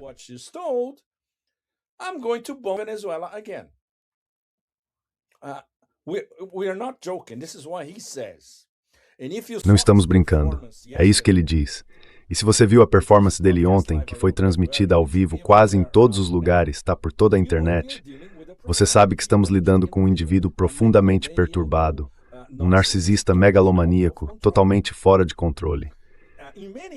Em muitos aspectos, Nima, e todos vocês, essa operação foi para satisfazer o próprio ego dele, sem se importar com quaisquer consequências geopolíticas, geoeconômicas, diplomáticas ou humanitárias, sem falar na violação do direito internacional.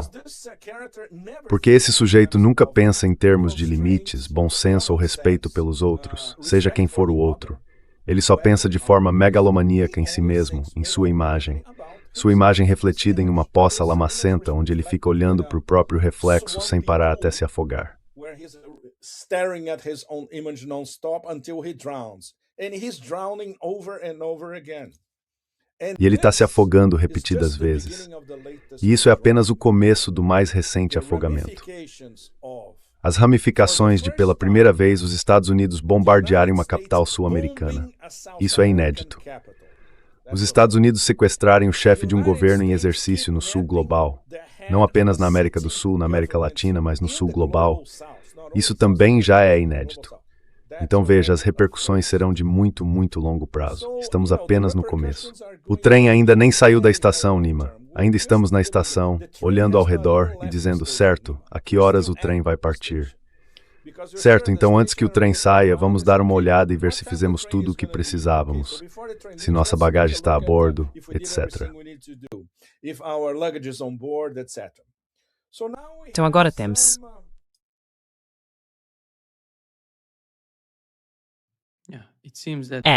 Parece que perdemos o Pepe. Ele vai se juntar a nós novamente em breve. Acho que foi algum tipo de problema com a conexão dele.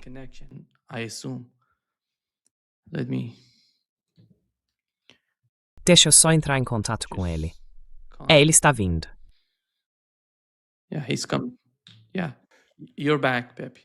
Você voltou, Pepe. Recebi uma mensagem estranha dizendo que eu precisava recarregar o site. Muito, muito estranha. Eu não fiz nada, e então essa mensagem apareceu e nossa comunicação foi interrompida.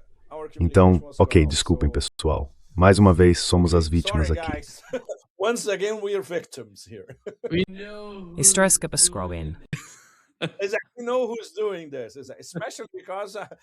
Exatamente. Nós sabemos quem está fazendo isso, especialmente porque se trata de uma comunicação entre o Afeganistão e o Irã. Então, ok, sabemos mais ou menos como tudo se desenvolveu, e isso é extremamente problemático. Sabemos os nomes de algumas das pessoas que realmente traíram Maduro. Desde o início, no nosso contexto venezuelano, sabíamos que havia pessoas da equipe de segurança dele. Mas um deles agora foi identificado pelo governo interino do DLC. O general Tabata. Esse cara é o diretor de contra-inteligência militar, então é alguém de alto escalão também. E sim, dinheiro da CIA, como acontece em todo lugar. Vimos muitos exemplos no Afeganistão, na Líbia, no Iraque, em qualquer lugar, na Síria. E é muito dinheiro, então eles podem comprar praticamente quem quiserem.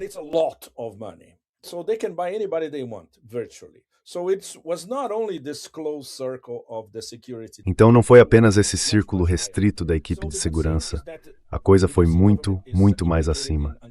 A boa notícia é que o governo do DLC está envolvido em descobrir todos os responsáveis, onde quer que isso leve. Mais uma vez, a campanha inicial e agressiva para desacreditar Delcy desde o começo fracassou completamente. Delcy é uma mega chavista. O pai dela foi um revolucionário morto pelos americanos. Então Delcy nunca trairá a Venezuela. As duas principais figuras ao lado dela, isso é muito mais complicado. Padrino, o ministro da Defesa, e Diosdado Cabello, o ministro do Interior. Ainda há dúvidas sobre o que eles sabiam e se sabiam de algo que podem ter facilitado. Isso ainda não está claro. Por enquanto, isso nos dá uma ideia da coesão no topo do novo governo interino.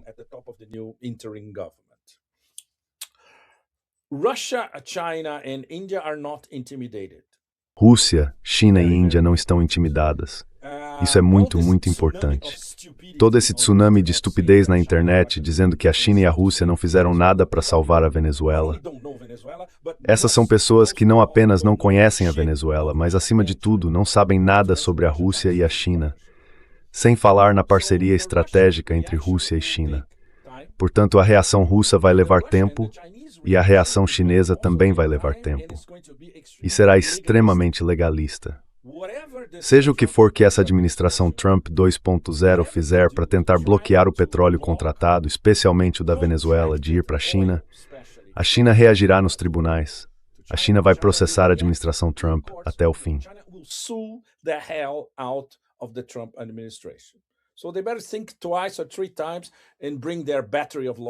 Então é melhor que eles pensem 2 ou 3 vezes e tragam seu batalhão de advogados de firmas de Nova York para aconselhá-los, porque isso vai ser muito, muito feio.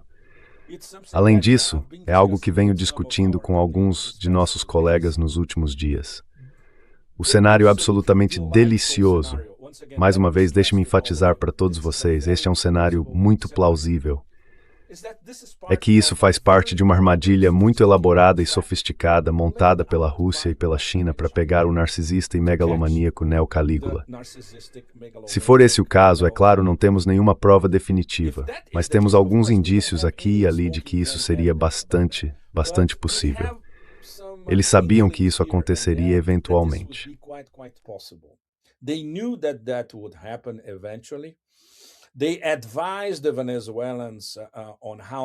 Eles aconselharam os venezuelanos sobre como lidar com a situação sem provocar uma guerra em solo venezuelano, uma guerra que eles não poderiam vencer, ou um choque e pavor muito pior do que o inicial que vimos há alguns dias. Foi um mini choque e pavor. Tinha todos os ingredientes, um blackout, um ciberataque muito complexo, um blackout total. Então, no meio da noite, sem luzes, aqueles helicópteros poderiam chegar. E claro, houve pelo menos uma destruição parcial das defesas venezuelanas. Até sabermos até que ponto isso chega à liderança militar, não poderemos explicar todo o cenário. Mas este governo já está avançando nisso. Esse é um ponto extremamente importante.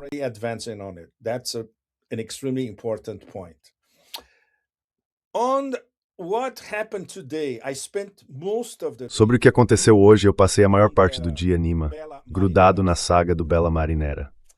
E isso é uma escalada absolutamente horrível e premeditada.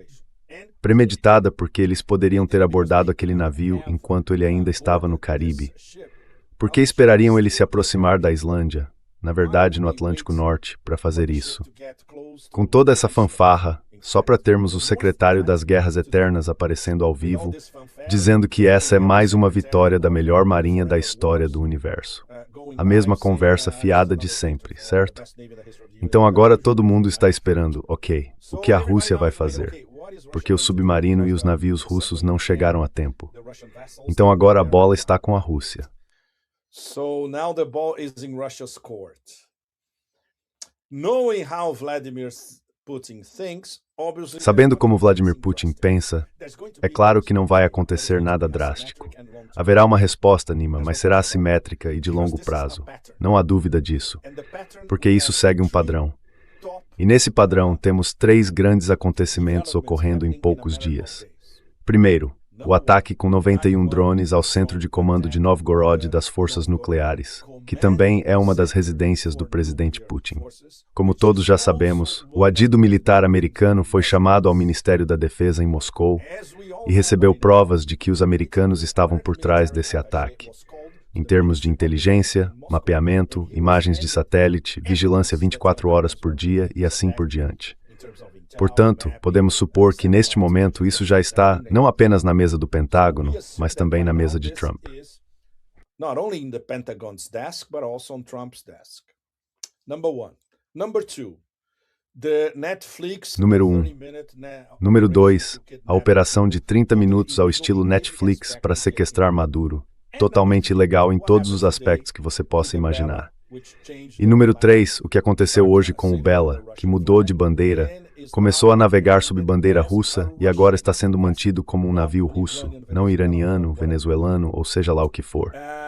A embarcação saiu do Irã, foi para a Venezuela e quando estava saindo da Venezuela, foi intensamente perseguida pelos americanos.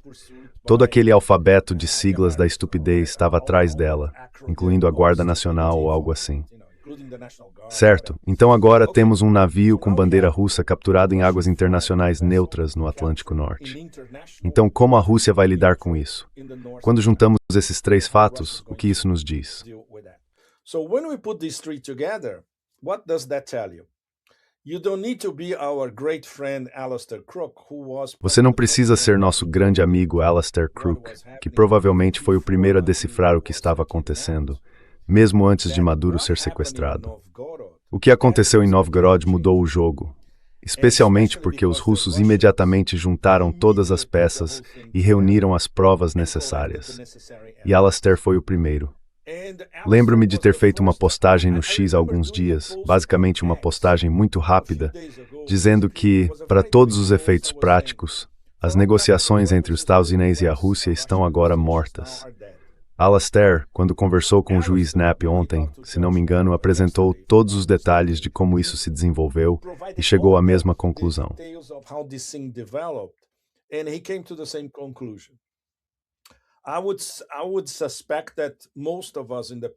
Eu suspeito que a maioria de nós, analistas independentes, esteja chegando à mesma conclusão. Essas negociações, para todos os efeitos práticos, foram um kabuki desde o início. E agora o kabuki foi revelado. Elas estão mortas. A questão é como a Rússia vai proceder daqui para frente, sabendo que tudo o que foi discutido por Kirill Dmitriev com seus colegas Witkoff e Jared Kushner é besteira. É absurdo. Não vai levar a lugar nenhum. Portanto, este é um desenvolvimento muito sério, porque em termos de confiança, depois do que aconteceu em Novgorod, depois do ataque a um aliado russo muito próximo e depois do que ocorreu hoje nas águas do Atlântico Norte, o que há para se discutir?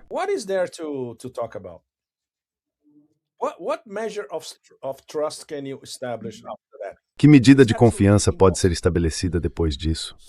É absolutamente impossível. Então, mais uma vez, a paciência taoísta de Vladimir Putin, Sergei Lavrov e de todos os outros será colocada à prova. Porque é preciso responder aos 3 de uma forma que envie uma mensagem a Washington. Olhem, nós sabemos exatamente o que vocês estão fazendo. O jogo de vocês está totalmente claro. Então, certo, este é um ponto. Vamos dar a vocês, digamos, uma amostra do que pode acontecer se continuarem a agir dessa maneira. E isso se encaixa na resposta assimétrica russa, que provavelmente não virá nas próximas horas ou mesmo nos próximos dias.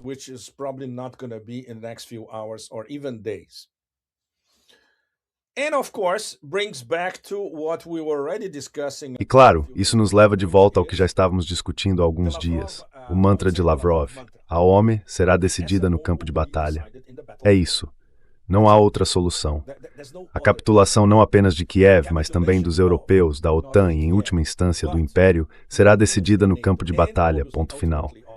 Estamos, portanto, entrando em outra fase da OME agora, uma OME transformada em operação antiterrorista, sem fim à vista. Esta guerra não vai terminar em 2026. Isso é mais do que óbvio. Ela continuará talvez por mais 3 anos ou até mais. Estamos novamente em um território extremamente volátil e incandescente por causa dessas ações americanas.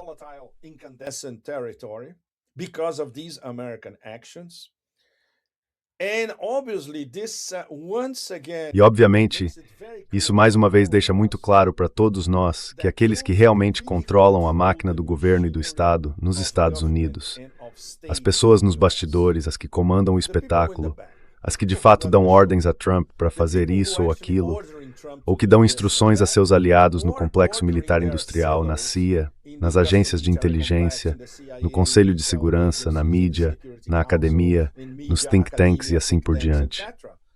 São as mesmas pessoas que dizem: esta é a narrativa de propaganda que vocês têm que divulgar e estas são as ações que devem seguir.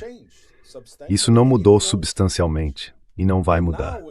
E agora, com a nova estratégia de segurança nacional, que é basicamente uma máscara para estamos recuando de algumas áreas ao redor do mundo porque não conseguimos exercer nossa hegemonia, besteira.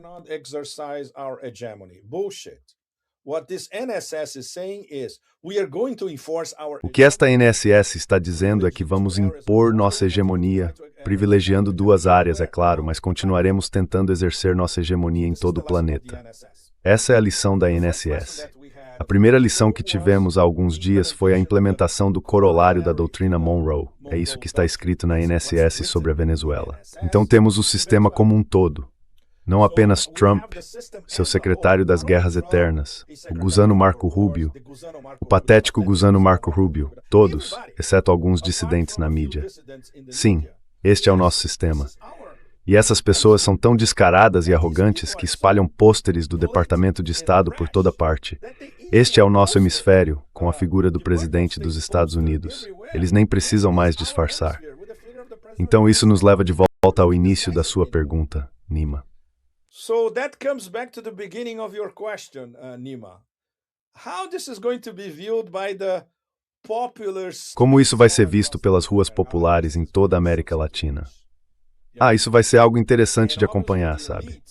E obviamente as elites compradoras em todos esses países latino-americanos, é melhor que comprem logo sua passagem só de ida, porque mais cedo ou mais tarde, se as coisas continuarem assim, o povo vai ficar completamente furioso com tudo.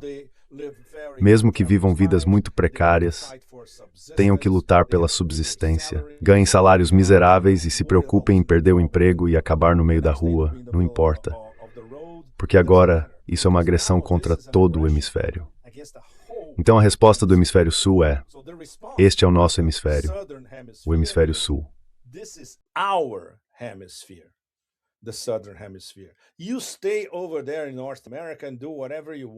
Fiquem aí na América do Norte e façam o que quiserem.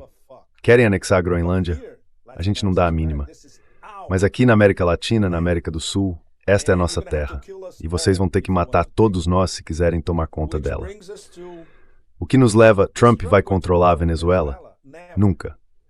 Para isso, ele teria que matar 28 milhões de pessoas. Ele pode fazer isso? Não, não pode. Então é isso. Trump não controla porcaria nenhuma na Venezuela. E não vai controlar. Até os próprios CEOs dele, das empresas de energia, estão dizendo que não há nada que possamos fazer. Vai levar.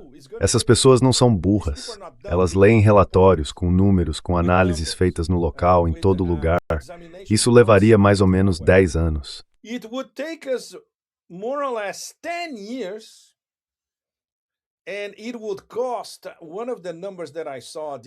E isso custaria, de acordo com um dos números que vi nos últimos dias, pelo menos 185 bilhões de dólares em 10 anos para que a Venezuela voltasse ao nível de produção de alguns anos atrás. produzindo e exportando cerca de 3 milhões de barris de petróleo por dia, o que não é nada. Então eles vão investir esse tipo de dinheiro numa situação caótica? Porque se temos um governo que não consegue governar a Venezuela, e o único governo que pode governar a Venezuela é um governo chavista, mas ninguém consegue. Se não tivermos isso, teremos caos. E se tivermos caos, os CEOs das grandes multinacionais vão investir nesse país? Obviamente que não. Até mesmo aqueles idiotas com QI abaixo de 0 da CIA deveriam saber disso. O que prova mais uma vez, Nima, e todos vocês, que nunca houve qualquer planejamento estratégico envolvido nesse sequestro sem lei.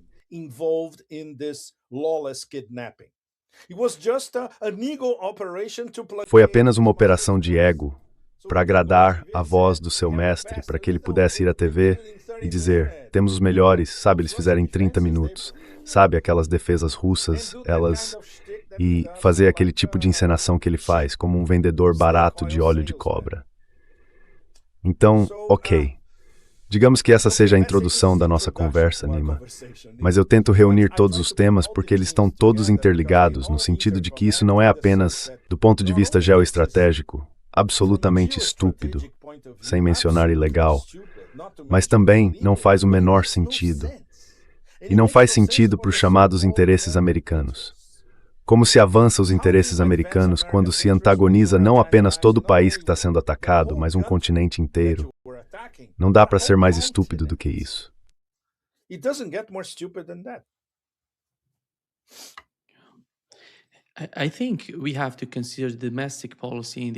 Acho que também precisamos considerar a política interna dos Estados Unidos.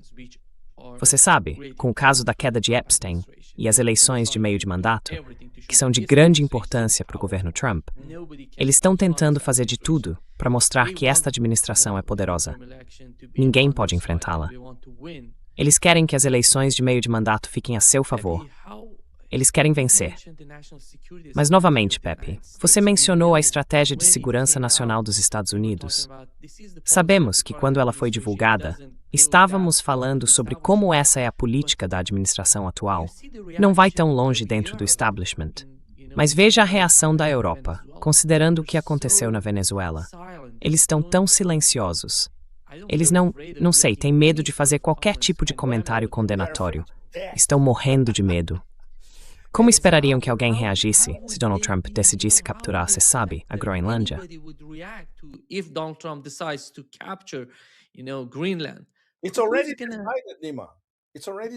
Já está decidido, Nima. Já está decidido.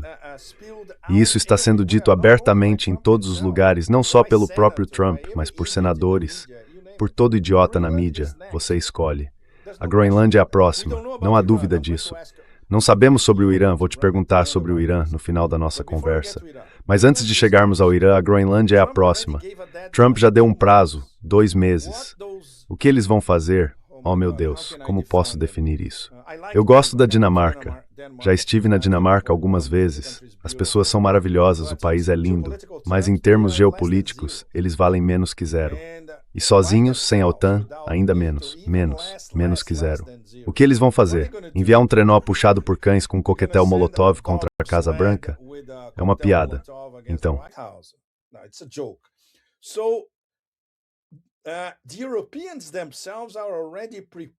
Os próprios europeus já estão preparando o terreno para o desempenho lamentável que terão coletivamente quando Trump disser: olha isso, os 2 meses acabaram, agora vou anexar a Groenlândia. Pronto. Ele até falou sobre o possível uso de poder militar, e isso pode sair completamente do controle. Mas vamos supor que o dinheiro da CIA resolva o negócio. Eles vão até a Groenlândia, compram toda a população e a anexam. O que a União Europeia vai fazer? Absolutamente nada. Eles dirão, maravilhoso, pelo menos você fez isso sem nenhuma perda de vidas. É uma piada. Eles já são uma piada. Em termos geopolíticos, em todo o mundo, são motivo de riso de qualquer um, da Nigéria a Java. E agora, algo que aconteceu entre ontem e hoje. Something that happened between yesterday and today. Correct me the date, Nima, and many of you. Corrija-me se eu estiver errado, Nima, e qualquer um de vocês que esteja ouvindo. Eles tinham uma declaração assinada por 5 ou 6 países, se não me engano, a coalizão dos dispostos, basicamente França e Grã-Bretanha, dizendo que querem que os Estados Unidos autorizem tropas europeias a serem colocadas na Ucrânia em caso de cessar-fogo. Veja, não dá para ficar mais surreal do que isso. São as mesmas pessoas que estão prestes a perder o território de um de seus membros. Em breve, porque os americanos vão lá e vão pegar a Groenlândia, e estão pedindo permissão ao tomador da Groenlândia. Ah, por favor, podemos colocar nossas tropas? Se vocês fizerem um acordo, podemos colocar nossas tropas na Ucrânia? Como é possível levar essas pessoas a sério? Obviamente não dá. Então, em termos de geopolítica, nesta década dos anos 20 turbulentos, podemos dizer que a União Europeia já está morta.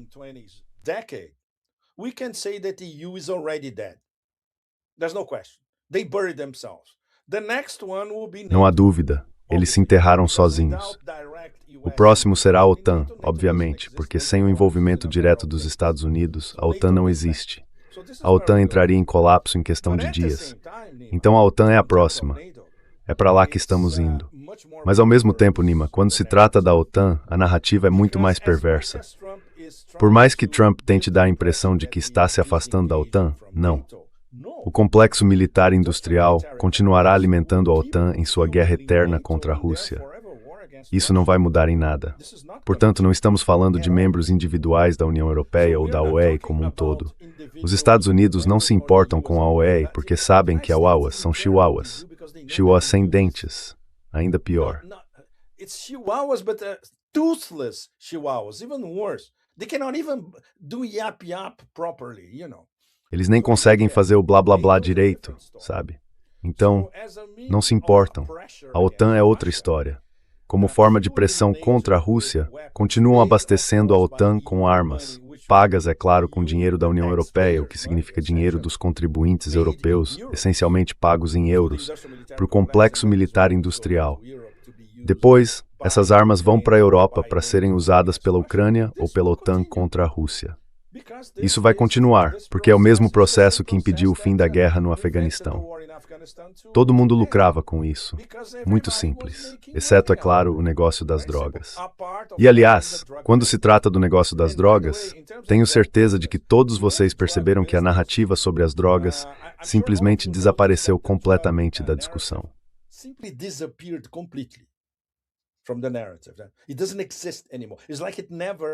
Isso não existe mais. É como se nunca tivesse existido.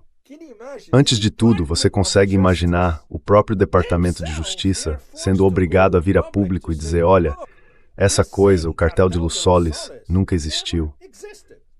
Todo mundo sabia disso. Todo mundo que acompanha o Caribe, a Venezuela, a Colômbia, o México, o negócio das drogas, o que for, todo mundo sabia disso desde o começo.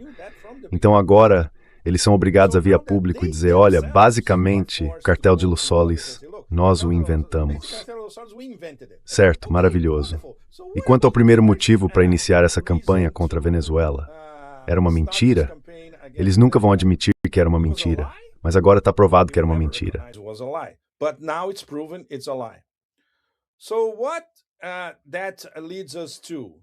O que isso nos leva a concluir é que o único cartel verdadeiro, operando como um cartel mafioso, é o que decidi chamar de o cartel de los gringos, é o cartel americano. É o governo Trump.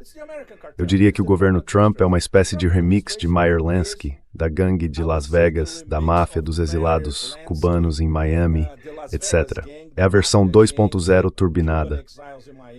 Eles são um cartel mafioso e estão administrando os Estados Unidos como um cartel mafioso. E acham que, como um cartel mafioso, controlar toda a América Latina. Nada disso deve nos levar a imaginar que são inofensivos. Não, eles são muito, muito perigosos. E ficarão ainda mais perigosos porque estão encurralados.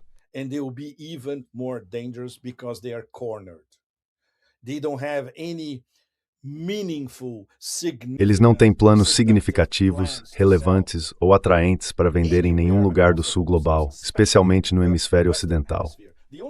A única coisa que podem oferecer ao hemisfério ocidental agora é o porrete. Sem cenouras desta vez. No passado, todos sabemos que era porretes e cenouras. Agora são apenas porretes. Então você falou sobre o Brasil no início. Como brasileiro, digo a todos vocês no Brasil, preparem-se, fiquem extremamente atentos. Lutem, organizem-se politicamente. Porque nunca se esqueçam, O alvo número 1 dos Estados Unidos na América Latina é o único país da região que pode projetar poder até mesmo do Atlântico Sul.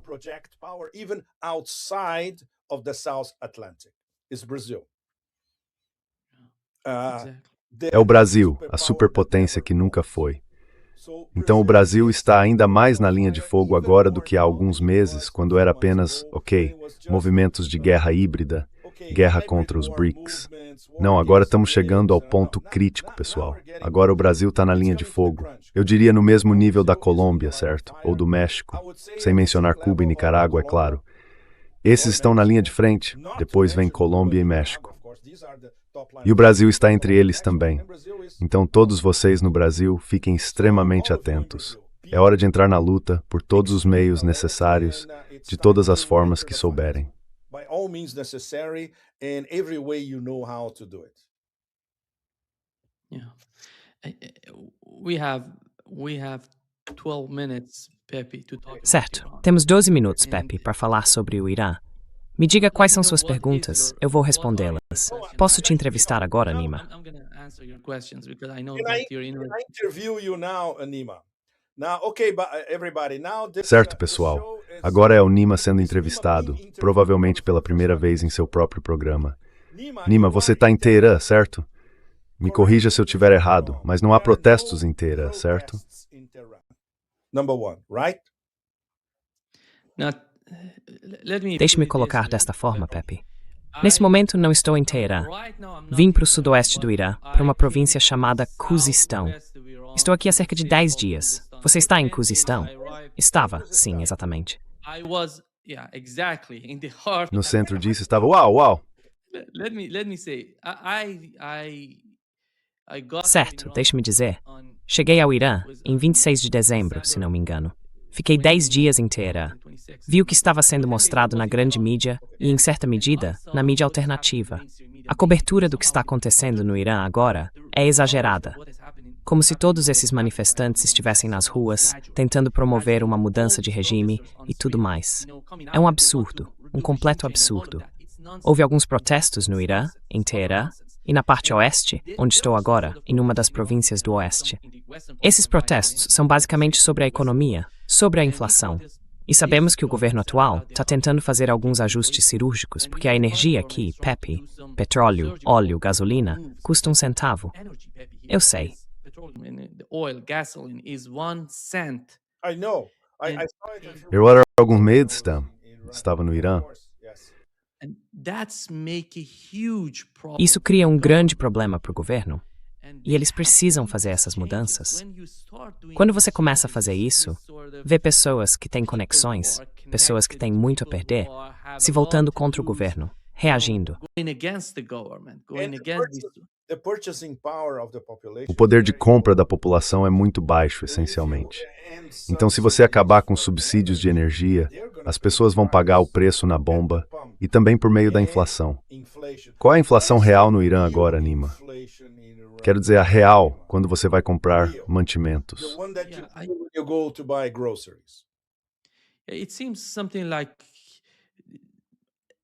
Parece estar em torno de 30% ou 35%. Algo assim. É muito, porque nos últimos anos, conforme eu pergunto, conforme converso com as pessoas, parece que nos últimos 2 ou 3 anos, a situação vem se agravando. O governo está tentando administrar isso. Antes, ele fornecia dólares, já que é preciso comprar coisas de fora, mas o governo está sob sanções tremendas. Você não imagina como essas sanções funcionam. É inacreditável. Olhando para a situação aqui, há pessoas tentando negociar com o mundo exterior, e o governo precisa fornecer dólares a essas pessoas, a essas entidades, a essas empresas. Todo esse processo de distribuição desse dinheiro gera muita corrupção dentro do sistema. Claro. É por isso que o governo, neste momento, a posição do governo, é que eles não vão entregar isso às pessoas que estão fazendo as trocas. Eles vão entregar às pessoas que estão recebendo os produtos para tentar resolver o problema de alguma forma. Mas isso leva tempo. leva tempo. E não vai acontecer da noite para o dia. Mas o problema não é esse, Pepe. Temos protestos, pessoas preocupadas, comerciantes, clientes, aqueles que temem a inflação. O governo tenta separar esse tipo de movimento por parte do público, esses protestos, dos tumultos.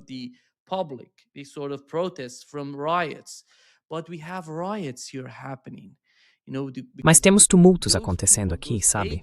Porque aquelas pessoas, aqueles agentes, como Mike Pompeo disse naquele tweet, os agentes de Assad estão entre vocês no Irã, nas ruas. Eles estão tentando de alguma forma controlar os protestos, transformá-los em tumultos.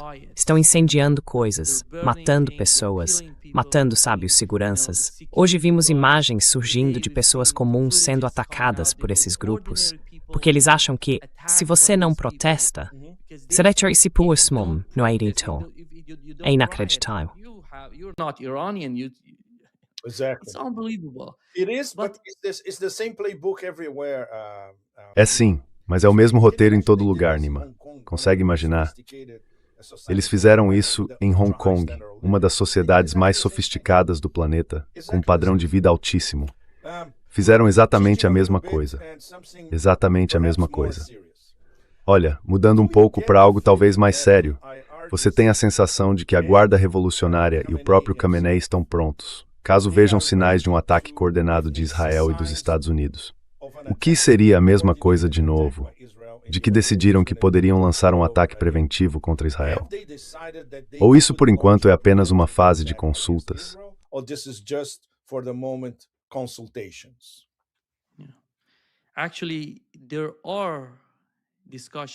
Na verdade, há discussões acontecendo aqui no Irã. E eu diria que boa parte da Guarda Revolucionária Islâmica acredita que um ataque preventivo ocorreria se Israel decidisse atacar o Irã. Eu diria que não há diferença entre a Guarda Revolucionária e o líder do Irã. São a mesma coisa. E é por isso que eu sinto que se Israel tentar atacar o Irã, na minha opinião, lançaria um ataque preventivo contra Israel. Porque eles sabem qual seria o resultado. Eles viveram a guerra de 12 dias aqui no Irã. Mais de 8.000 pessoas foram mortas pelos israelenses. Eles não querem que isso aconteça novamente. Eles querem demonstrar força, mostrar o quão sério esse tipo de ação dos israelenses é para a liderança aqui no Irã. E eles estão falando sobre isso. Eu não estou inventando. Eles estão realmente falando sobre isso.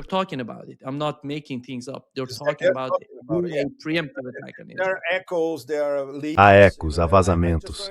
Eu só queria confirmar com você que isso está mais ou menos definido, o que é uma política muito sensata. Eles simplesmente não podem mais esperar. Foi o que fizeram da última vez. Esperaram e foram pegos dormindo. Exatamente.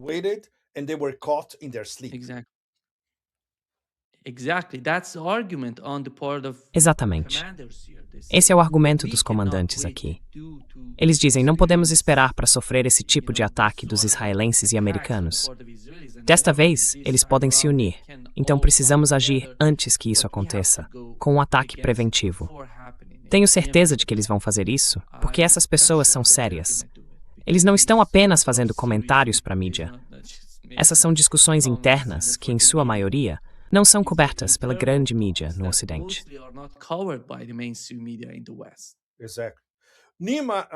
Exatamente, Nima. Qual é a sua sensação pessoal depois de 2 semanas no Irã? O que o seu instinto diz sobre a popularidade real do governo atual? Eles têm apoio popular ou as pessoas acham que são um bando de incompetentes em comparação com a administração Raisi?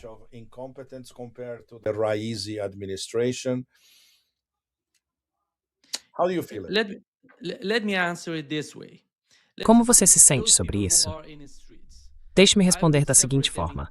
Vamos supor que as pessoas que estão nas ruas possam ser divididas em 2 grupos. Um grupo, a maioria, realmente sente que a economia não está funcionando bem e que o governo deveria fazer algo a respeito. Mas eles não são contra o governo. Estão apenas reclamando da situação econômica em que nos encontramos. Eles querem que o governo lide com a inflação. O outro grupo, os manifestantes violentos, é uma pequena fração. Existe-me pode ignorá-los. Nisso é uma influência real que tem sobre a sociedade. You cannot see any sort of influence they have on the society. This is I'm talking about the protesters and Estou falando sobre os manifestantes e os desordeiros. Quando você observa o panorama geral da população aqui no Irã, percebe que a maioria das pessoas, especialmente a geração Z, a geração mais jovem, representa mais de 60% da população com menos de 30 anos. Exatamente. Eles não querem nenhum tipo de revolução. Eles querem reformas. Eles querem tornar o Irã mais forte. E é por isso que eu realmente acho que o Ocidente não entende o que está acontecendo no Irã. Eles estão cometendo muitos erros de cálculo, o que pode acabar levando a um confronto. Yeah. Very good question. Sim, ótima pergunta. Por exemplo, quando estive lá, há 6 ou 7 meses, o que me chamou a atenção ao viajar fora de Teherã foi o efeito prático quase visível de 40 anos de sanções. Obviamente, nada foi modernizado e é um milagre como partes da economia ainda funcionam sem qualquer modernização real. Você não vai ao Irã há alguns anos, certo? Isso te impressionou, especialmente quando compara a infraestrutura com a do Brasil. Com a infraestrutura normal do Brasil. Tenho certeza de que você ficou chocado com isso.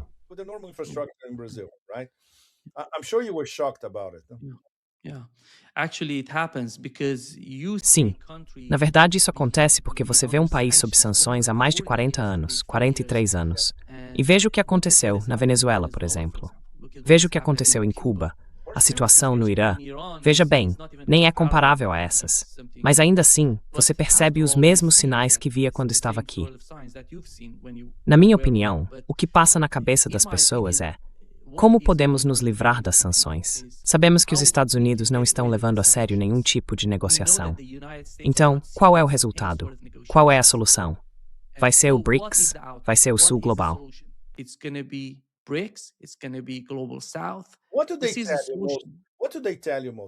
O que eles mais te dizem? Como eles veem uma solução? Porque eles deveriam saber que essas sanções são inquebráveis. São sanções americanas aprovadas pelo Senado e pelo Congresso. Elas nunca foram revogadas.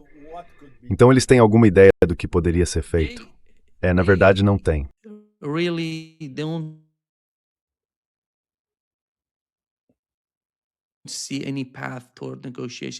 Eles não veem nenhum caminho para uma negociação com os Estados Unidos. As negociações trariam algum tipo de solução para a situação que o Irã está vivendo agora.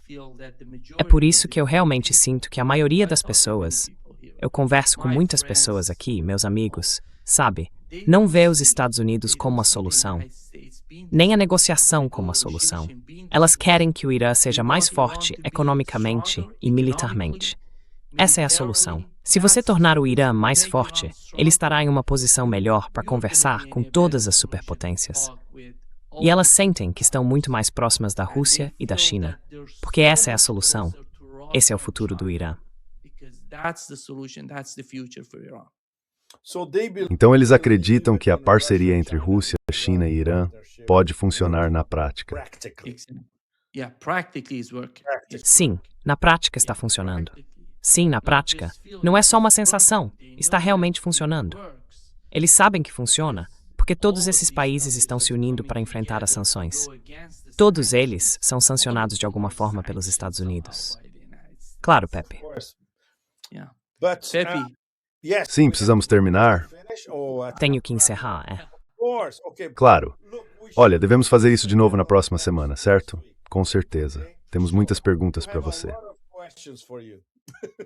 Sim, com certeza. Obrigado, Pepe. Muito obrigado. Obrigado, Nima. Obrigado a todos. Grande prazer. Big hug, bye bye, bye bye bye.